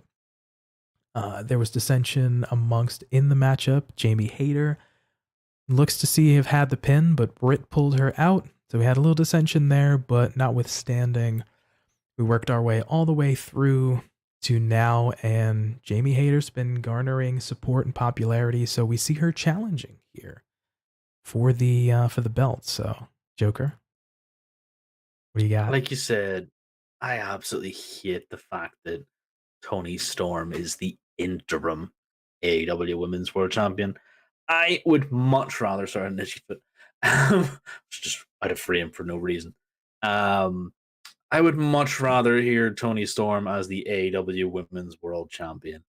I do not feel like TK is paying any attention to his women's division, still keeping this interim BS attached to the title. He should have came out and said that no disrespect to Thunder Rosa, but Toni Storm has defended this title now for the last X amount of months. No longer interim. She is the AEW Women's Champion. Because she should have been stripped of the title, and then that's how they win it. Like you don't go into a fight just in order to win the the holding pattern belt. Like it's so ridiculously dumb. I hate interim. Stop using it. It's complete BS. And Jamie Hayter is a goddamn gem. Like this is obviously a grudge match, and whoever wins gets the booby prize anyway, because you're still known as the interim AEW Women's Champion.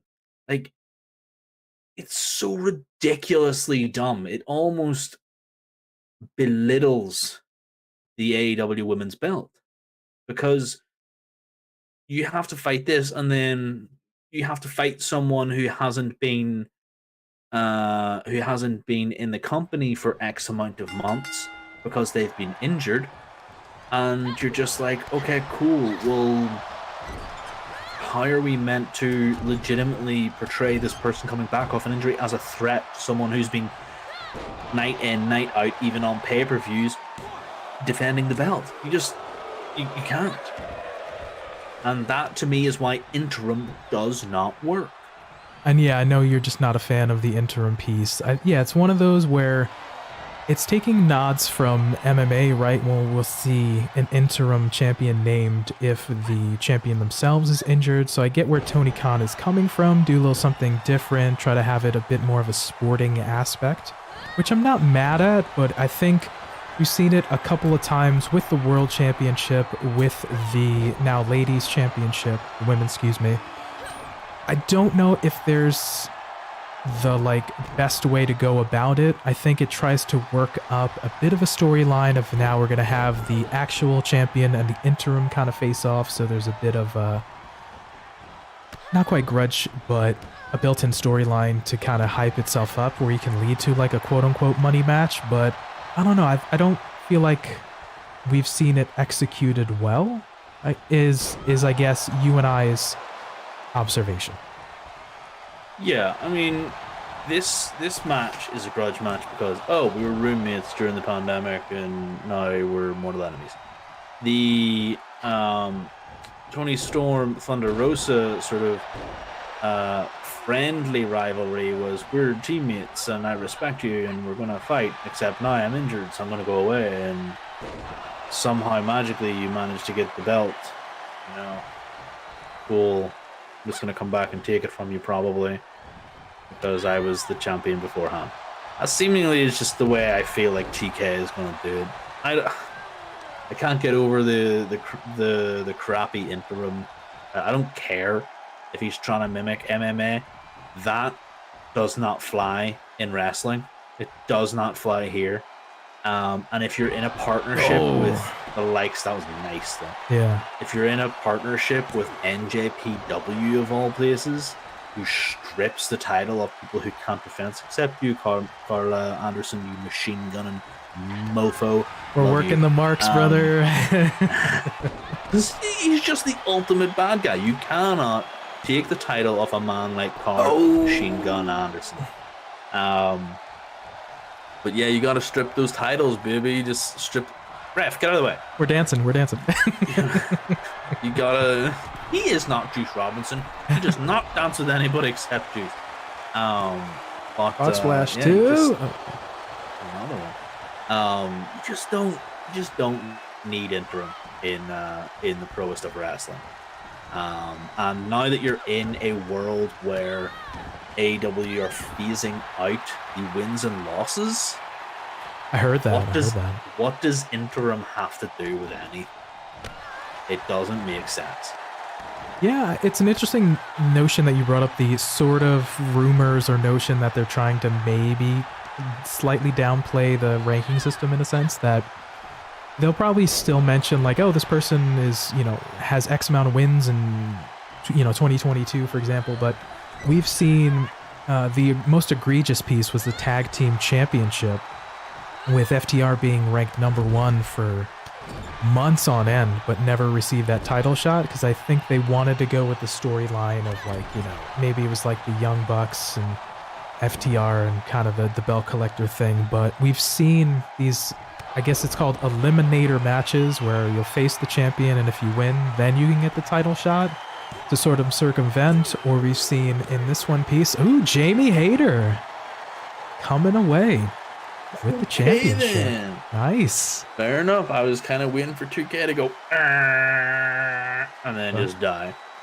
Okay, we got to win. But to finish that point, we've seen sort of grudge matches or eliminator matches set up so that we can circumvent that ranking system, the number 1 contendership. But I mean, I don't know what the right answer is, but I feel like it's one of those where we want to just really have, at the end of the day, just good, strong matchups and matches that we're invested in, really is what it comes down to. Yeah, and in order to invest me into a match, I have to know that the person who is going to win that is going to be called your champion, not your bronze medalist. Like it's legitimately, to me, it's a division that needs to have more respect, and in order to have more respect, you need to respect your champion. And having an interim title is not respecting your champion, especially if they are the ones fighting and keeping the belt relevant and doing a better job than your other champion ever did. Then again, it's also down to booking by TK. Is TK booking this women's division correctly? I will argue 100% no.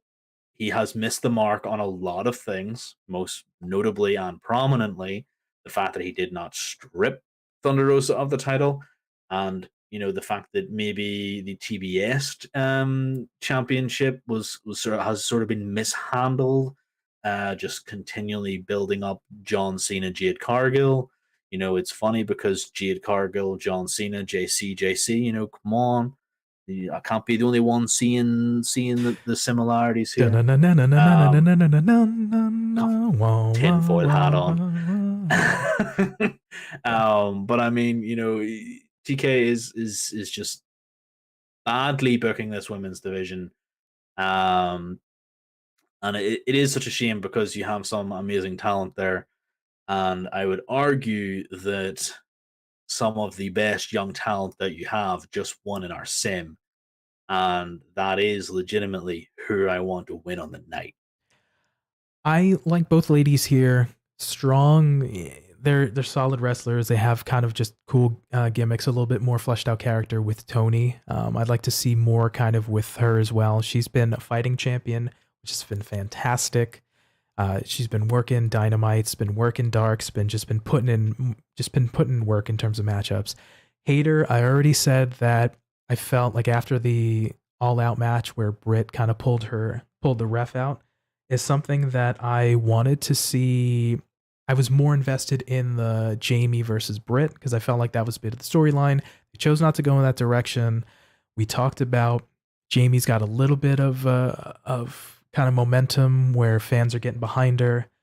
Regardless, I'm not saying call an audible, but you got to strike while the iron's hot. And Jamie has some support right now. And I feel like if we're having the notion of interim, I wouldn't be mad at Jamie taking the win so that we can see a potential story with Toni, maybe more how her relationship with Britt might play in if Jamie's the champion type of thing. And then subsequently with different matchups with other folks, and then maybe down the line with Thunder Rosa. So I'd like to see Jamie win which was with our simulation went with. So yeah. I feel like I definitely 100% want Jamie to win for the exact same reasons. Like strike while the iron's hot. Like you've already missed the ball on one thing, but it's not how I see it going. With obviously me predicting that Saraya is going to win earlier on, I see Britt wanting to come down and help out Jamie, make sure that she does win. And inadvertently, and I think I've said this before to you off camera and on camera, but cost Jamie the match, thus resparking the actual feud that people wanted to see before, which was Jamie versus the Dentist, and for her to then come out from under the heel of Britt, and then for Toni Storm to have maybe one or two other defenses against somebody else, Hikaru Shida or the like.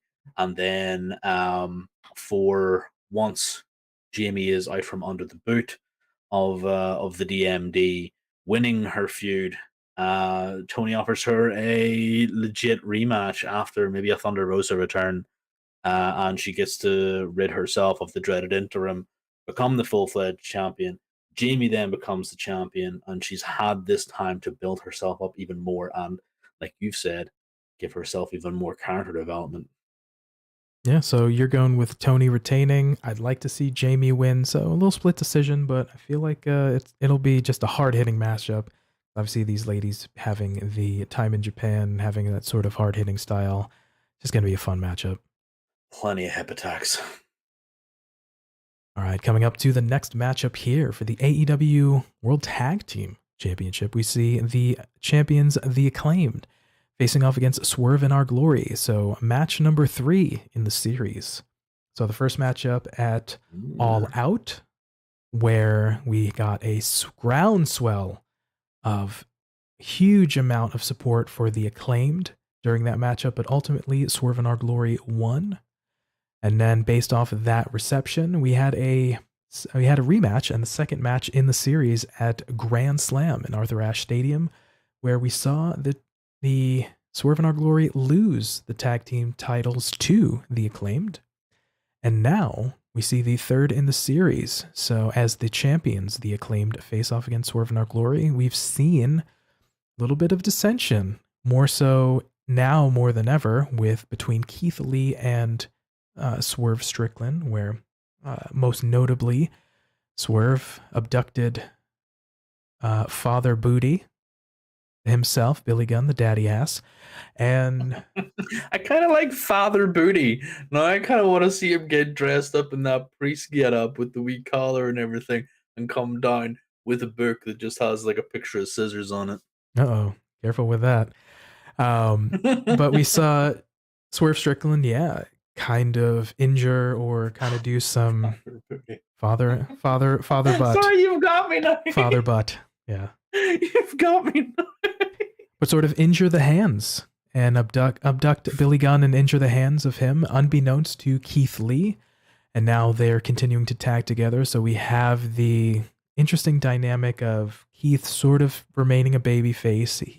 Swerve showing extreme heel tendencies, especially within their matches as well. And yeah, so the dynamic is kind of big. This is definitely the blow off of the matchup. So what are your thoughts on this?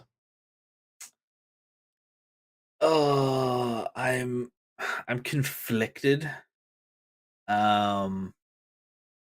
Because part of me has really enjoyed the ribbing and the back and forth and the fun between these two teams, especially with the new Acclaimed music video that just dropped hot off the presses yesterday. The resurgence of Captain Insano back in the wrestling world after how many years. So good to see that man. He does, have a striking resemblance to one Paul White, but I'm sure that's completely in my imagination. Probably. Yeah, I'm just like, we get to see the downfall of Swerve in Our Glory, and sort of been telegraphed for a while as well.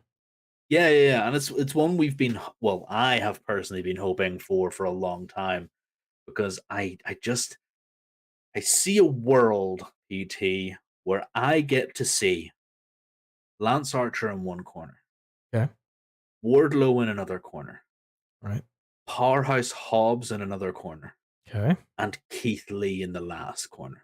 Big beefy boys, and those four men killing each other.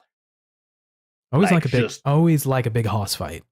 Oh yeah. Like you've got Keith Lee and Wardlow in there for your flippy dippy big man stuff, and then you got Powerhouse Hobbs and you've got Lance Archer in there for your big boots and your the spine busters, man. Imagine Powerhouse Hobbs gives Keith Lee a spine buster. It'd be like Brock Lesnar superplexing Big Show and breaking the ring. Come on, TK, book it and give it to me. But you can't do that because he's sat here with Sneaky Swerve doing dumb stuff. Get Sneaky Swerve off my screen. Put Keith Lee in the ring with those three other guys. Just give it to me, man. So you feel like, move past this just a second. So after this matchup, kind of similar how we spoke about a little bit Austin Theory with the Money in the Bank briefcase, as well as Jade maybe with the TBS championship. If we have Keith not saddled with Swerve in this instance, we could kind of see a little bit different things or more from him, would you say?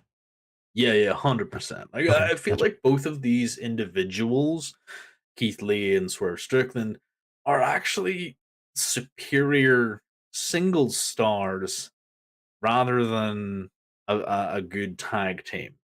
Because we, especially with the return of the Elite, with the Young Bucks in there, we don't need Swerve in our glory. Like there's sort of a kind of an amalgamation put together, a sort of last minute drop here. I didn't like it. I've talked to you before about it. I kind of wanted Keith Lee to come in as a single star. I understand, needs must. But yeah, I definitely think that we take Swerve away, or Keith Lee, whatever way you want to look at the dynamic. Take one of them away from the other, put them into whatever. But this being the third match, for these guys, I definitely see the end being nigh for this iteration of Swerve in Our Glory. We will either see the split, the tectonic split, the divide between the two, or we see Keith Lee embrace what Swerve is putting down, and we see an absolute dominant run between these two. That's a really good point. I feel like it's going to go one of either way. Either we just see them part ways, which we spoke about on this show here about them being phenomenal, charismatic single stars, and I feel like they're a little bit better separately than together, but they do a really good job of working well together in tag team. Or Keith just, you know what? Let's just be a heel tag team, brother. So I like the notion of kind of both. I feel like sort of to change it up, to Keith to sort of embrace a little bit more of a heel tendency, I wouldn't be too mad at it. But where with the third matchup here, where do we see this going? How do you see this going? How do you take it? The Acclaimed have not had these titles long enough.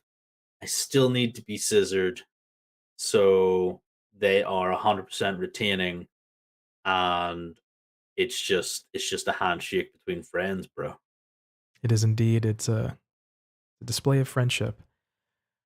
I'm going with the Acclaimed in this one too, as well, because I watched Dynamite. They're so hot right now. I watched Dynamite last night, and it was Anthony Bowens facing off against Swerve, and they came back from break, and the minute the Acclaimed music hit, the crowd stood on their feet, and that pop was really, really good. So you kind of have to keep going with that hot hand, and they're selling merch, and they're really hot right now, and they're a popular act, and I think it's more so if the Acclaim wins, we'll see development from Swerve in Our Glory, whichever direction they decide to take it with. But I feel like that's the way it's going to land.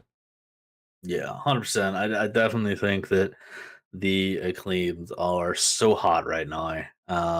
It's that old Zoolander. They're just so hot right now. You can't really do anything else with them other than keep them as your champs.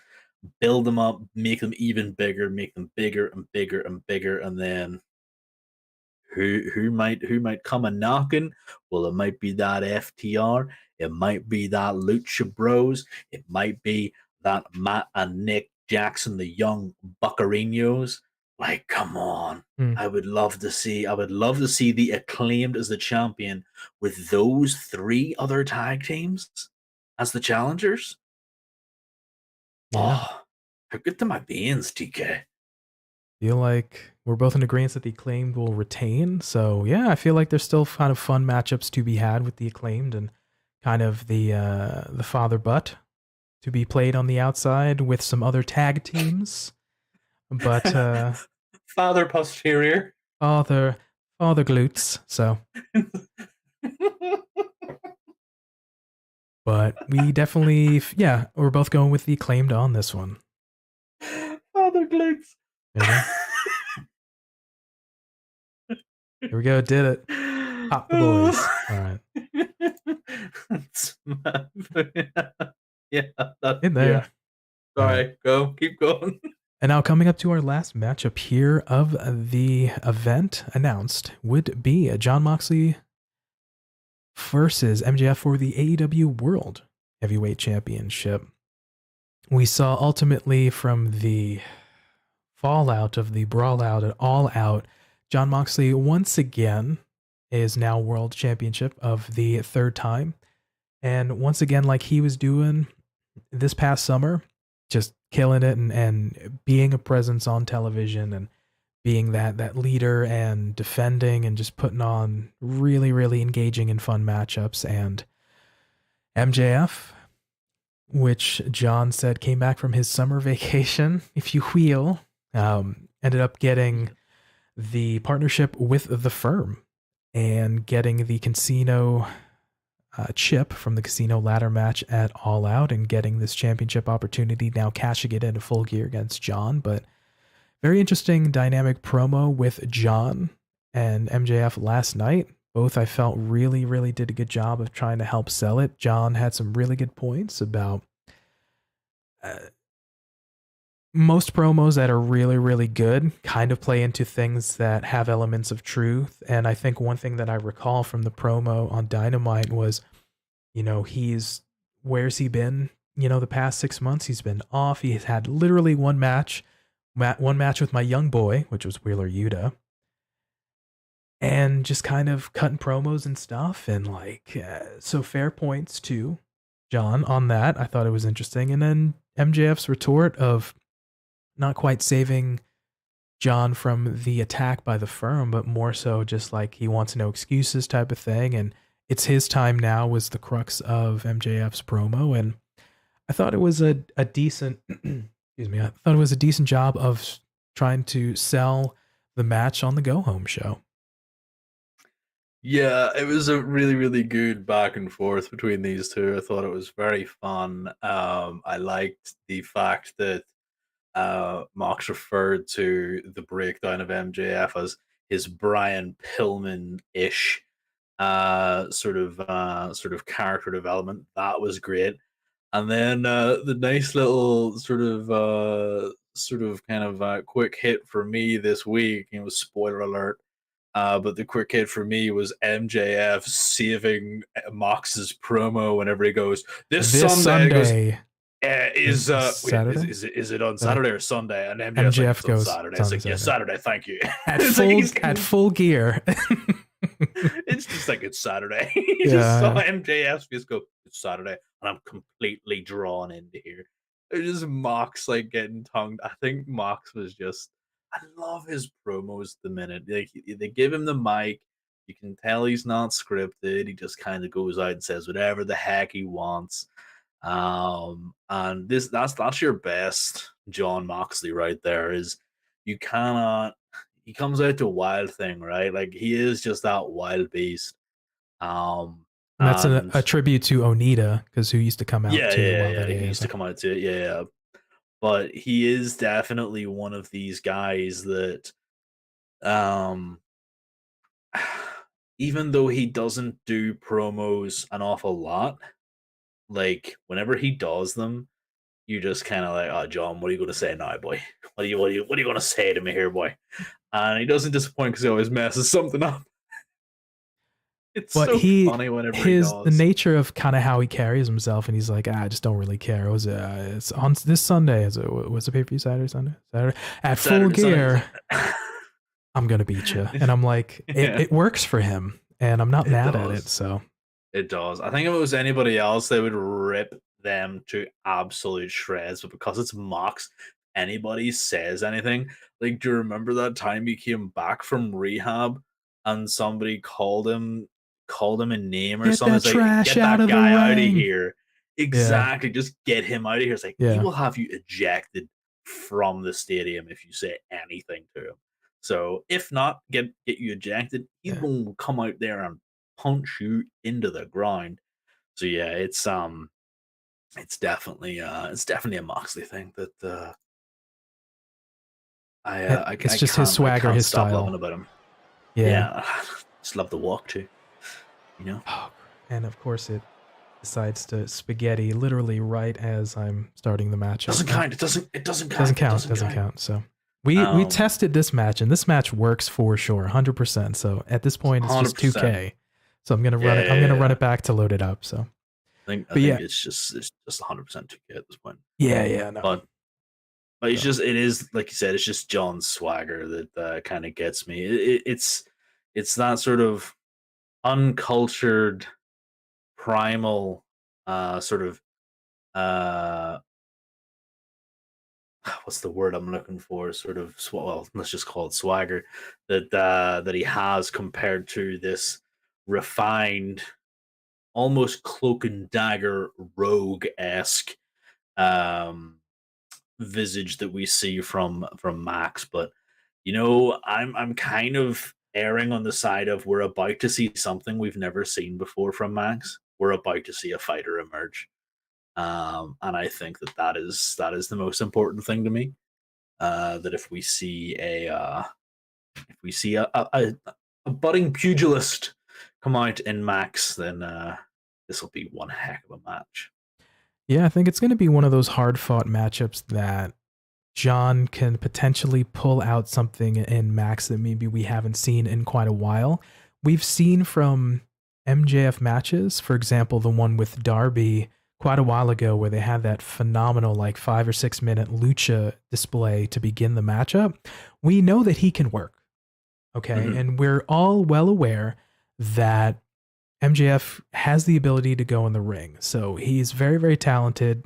It's one of those of just trying to put all the pieces in place at the right time, especially in a matchup like that. And I think with John, he can have these matches with folks that have a little bit more grittiness. It reminds me of kind of when Edge in the mid 2000s, when he was trying to be taken a little bit more serious as a main event competitor, and he'd face off against, for example, Mick Foley. Mick Foley was the guy that if you faced off against Mick Foley, you showed that you were tough and that you can kind of do all these things. And he did it with Triple H in the 2000s. He did it with Randy Orton. He did it with Edge. And John's kind of that guy that helps kind of bring these things out of people, and I feel to help elevate. And that's what you want with a champion. Somebody who can elevate the talent and work with the people with him, that just, makes them better. And we talked about having a champion that can hold the title, be believable, work with people who may not be exactly ready, but then help prepare them and get them better. And you're better now that you worked a match with this person or this world champion, but then also be able to sell pay-per-views and kind of things like that and work with other big guys. So I think John ultimately can help polish and bring a good match out of MJF, even though he may, he doesn't really need a ton, but can help prove that. Well, I mean, that is the way with that John did have his way with Wheeler Yuta, with his young boy, as it were.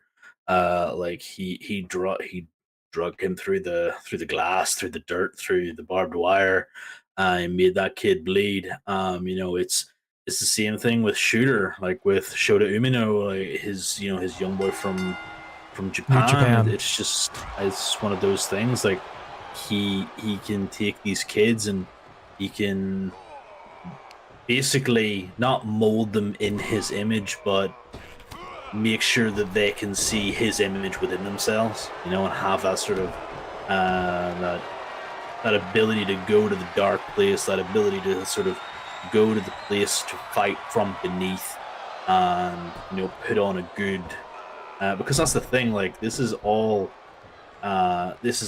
supposed to make us believe that this is going on. Let's face it, at the end of the day, if you're in there and you're throwing these weak ass work punches, yes, we're looking at you, Mr. Second Youngest Paul. Those punches were absolutely atrocious. If you're in there throwing these absolutely terrible punches, we're gonna be able to see that going to happen. So he brings out that gritty realism in you, and it's something that people don't really think about needing to have. Being able to work is great, but if you can draw the crowd in, and I feel like that's what Jon Moxley does. Jon Moxley really gets the crowd drawn into his matches. Yeah, you've seen it with the most recent high-profile matchup at All Out. It was in CM Punk's hometown of Chicago. And it wasn't one-sided for either CM Punk or Jon Moxley.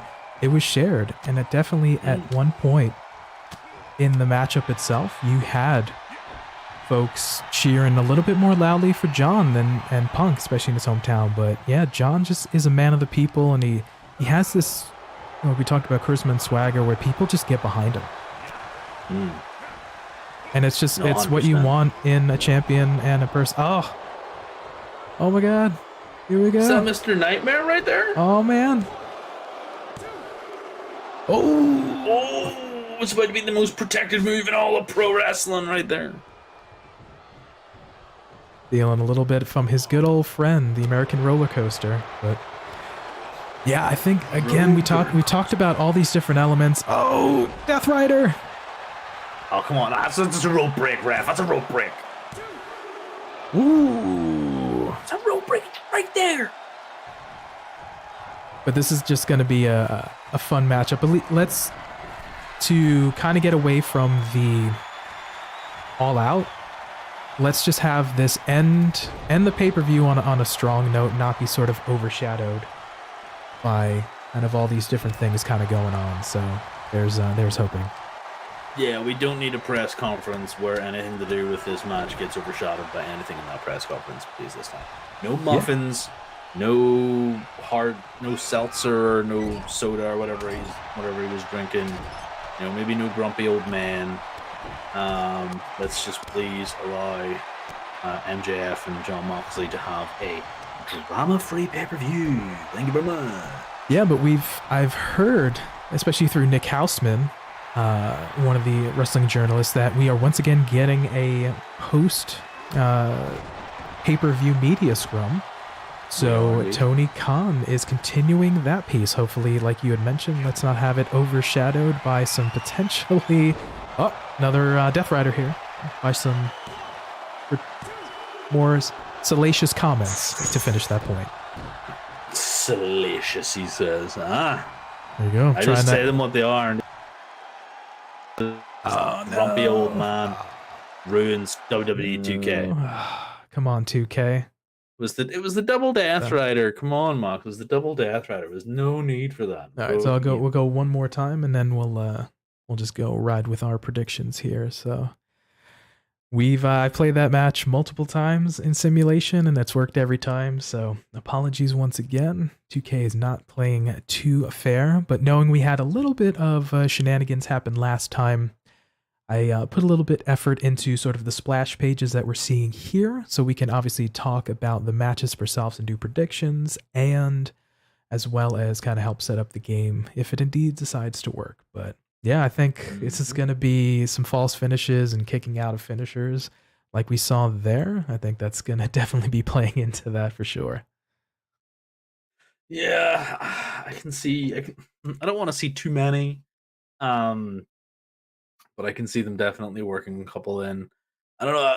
I kind of flip-flop back and forth between these false finishes and between the sort of NJPW style of rapid fire counter, pin, into stalemate, let's start this match off proper, where you're having those big style fights, compared to WWE's style, where, especially Pop H's style, where it's like, we're going to work for a bit, we're going to do this big spot, near fall, back into the thing, near fall, back into the thing, near fall, back into the thing.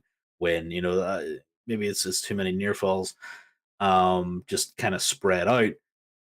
But I don't feel like these guys are going to do that, because especially with Mox wanting to draw that out of MJF, I don't feel like he's going to be satisfied with trying to work that NJPW style. I don't feel like he's going to be going into an early pin. I don't even think MJF's going to go into an early pin.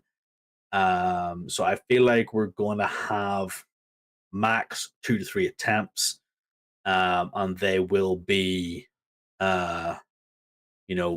one per each, with the last going to whoever's going to win. Mainly because I think it will be marred by too many maybe tight roll-ups, grabbing the tights and rolling somebody up. Yeah, I mean, there's something to say about the kind of PWG indie thing where we're just, finisher, kick out, finisher, kick out, finisher, kick out, finisher, kick out type of thing. So if it has its place in the story of the matchup, we're fighting and, it's nobody kicks out of this move and then you're the one person who does, I feel like it helps play into it. But if it's just sort of a continuous thing, it loses its luster and it loses its specialness. So, I mean, if it works, my point I'm going with is if it works in the match, then I'm okay for it. But kind of just don't do it just to do it. So, yeah, it's definitely one of those things that a lot of people would probably expect it to happen. But like you said, just whiff that one. What was the AI thinking on that one? It went for a drop kick. I don't think Mox does drop kicks in it. Like, when was the last time he did a drop kick as well? I don't know. But yeah, that was definitely a really whiffed elbow. What's this? Oh, off the ring apron. Floor? Are you kidding me? That's the finish, brother. That's the finish. AI goes from missed elbow off the top rope to a pile driver onto the outside. Yeah, it's pretty crazy. Oh, tope. The stomps. Yeah. Oh. Was that opening? Yeah. Did he open MJF up? He's busted open. Makes sense in a Moxley match. Somebody's getting busted open, brother. Yeah. Somebody's getting some of that collar, baby. Yeah.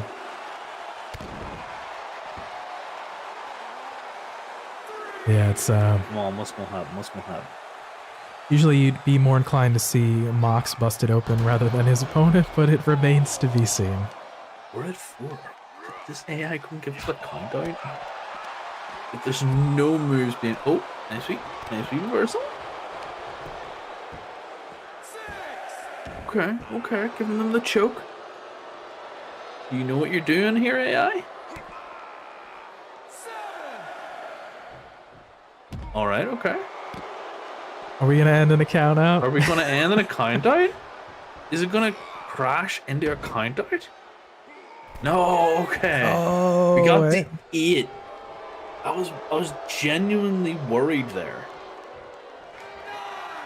9.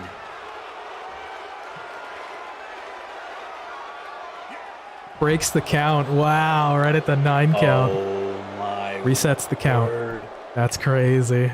I was waiting for the 10 to pop. Like, we both went silent. I know. Where's the 2? This might be a better match than what we're about to see. I don't know. That ring psychology right there for the AI is just like, oh. Yeah. See John getting some of his heat back. So. All right.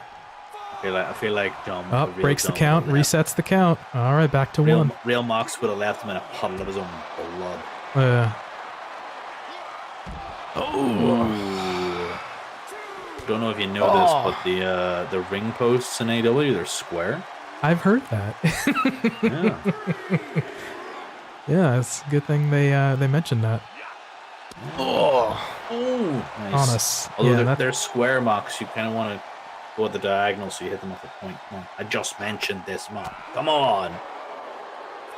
Yeah, they were having Taz, Excalibur, and Tony Schiavone were just having a laugh on commentary last night on Dynamite. So much fun. It's why I kind of dislike. Like sometimes they sort of do what we do and just kind of ignore the match going on. But right. they do have some absolutely ridiculously fun times on the old commentary box. Yeah, they were having banter so good. Oh, DDT. It was definitely some of it was at Schiavone's expense, which I personally enjoyed. But I think they were also. I think it was Taz like, why am I getting ribbed by the 2 color guys?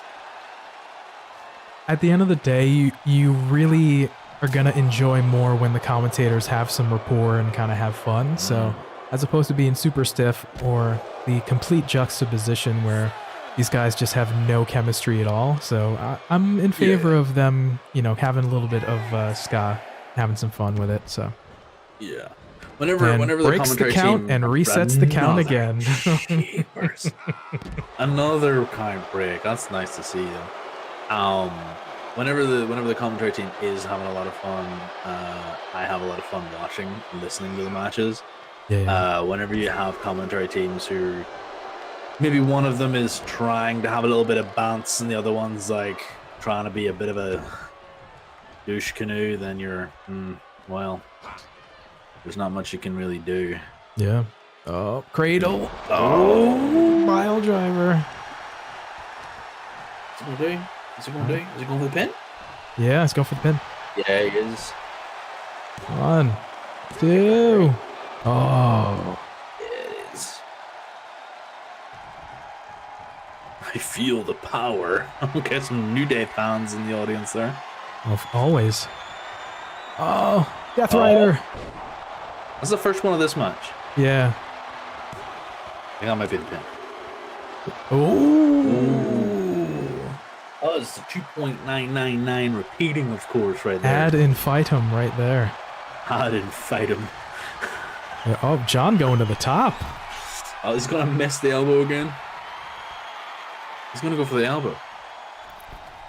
Oh, misses the crossbody. Just go for the drop kick for crying out loud. What is that? Yeah. Oh, salt to the earth. The salt? That wee arm bar? Hasn't done any work on the arms. He's going for the arm bar? Well, I love the technique is you throw punches and kicks to the face in the midsection and then go for a leg submission like a figure 4 randomly. Like that's not gonna work. That's just yeah. I mean, yeah. Oh, power bomb to the outside though. Yeah, watch. Oh no. Getting good, man. All right, it's gonna 2K. Just get good. I was gonna say Mox is about to lock in that figure 4 right there. Yeah. After all that damage. Apologies on that. Again, I've ran that simulation like 3 or 4 times and it's worked every single time. So apologies for the sim, but that notwithstanding, in terms of the matchup here, who do you see coming away with the win? Joker on this one. Well, I mentioned it earlier on. We do need to start building this company back up from the ground. And for that, you're going to need some really strong support structure. May I call them pillars upon which to build your company. Maxwell Jacob Friedman being one of those pillars and being the strongest of all of them is definitely a top contender for the other pillar, Britt Baker. But she is quite one to compare with. I see MJF winning this, becoming the youngest AEW champion, and letting old man Mox kind of have a holiday. Very good point. With all things considered, I can definitely see MJF taking the championship here. We talked about building kind of new stars and kind of giving a run. MJF's hot right now and feel like he can have compelling matches. We talked about it before, can cut promos, can kind of sell a matchup and sell a setup here. So I'm down to see MJF take this one as well. So yeah, I mean, like you said, like he's one of these guys that can have more compelling matchups. Like whenever you think of Jon Moxley, you think of this superstar. Yes, of course, he's the AEW World Heavyweight Champion. Like that is a given. He is amazing. He is great, but he is a big name like Jon Moxley. Like everybody knows him from Japan all the way over to WWE. Like MJF is AEW born, bred, raised, and just absolutely amazing. He is a homegrown star. He is a talent that is, in his own words, generational. And he can fight with the likes of the young boy Wheeler Yuta. He can fight with the egos. He can fight with the absolutes of the world. He can fight with the kids raised in the jungle. He can fight with those undead kids too. You know, he can help elevate everyone because a rising tide raises all ships. And this is the man that you really need to start off your 2023 with him holding the championship, because that can only do so many good things for your company. Yeah, I'm in agreement that it's just not to say that we need a change, but we need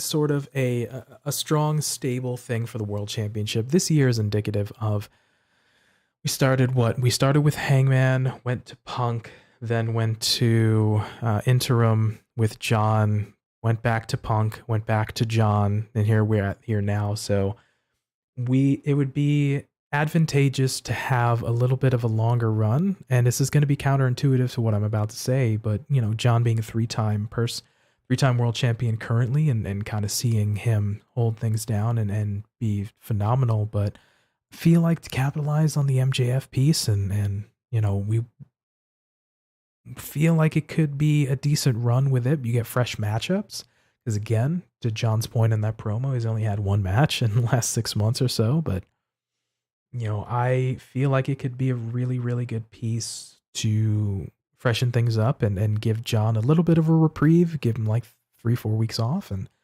kind of come back and see where things go. So I'm going to go with MJF like you'd mentioned. So yeah, there's a lot of interesting stuff that can happen that I would like to see happen. Now, of course, that would require me to spout 10 minutes of fantasy booking that nobody really wants to listen to anymore. Joker loves to fantasy book, but I would fantasy book about 10 matches here, and we don't really need to be doing that. All we need to do is fantasy book MJF to hold that big glorious belt, for him to come out the week after and just be like, I am the best because my name is Maxwell Jacob Friedman. I'm better than you, and you know it. well said. So those are our predictions and some of the sims that we had for AEW All Out. Excuse me, AEW Full Gear. All Out was the previous one, so you can also check out those predictions if you'd like as well. But feel free to, if you agreed with us, let us know down in the comment section below, or hit us up on Twitter or Instagram and let us know what your thoughts are for AEW's Full Gear pay-per-view. All right, so we're going to wind down here.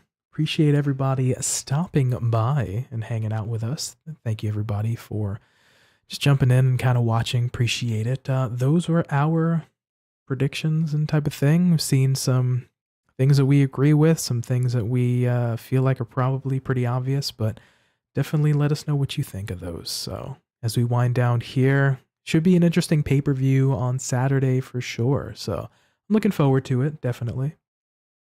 Yeah, I'll definitely be paying attention to it on Sunday whenever I get up, because there's no way I'm staying up until possibly like 5 a.m. to watch the thing. So, yeah, I'll definitely make 100% sure I remember to keep my phone off.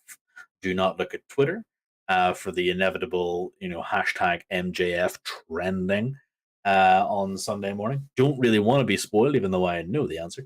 So yeah, definitely going to be paying attention to this on Sunday. Honestly can't wait.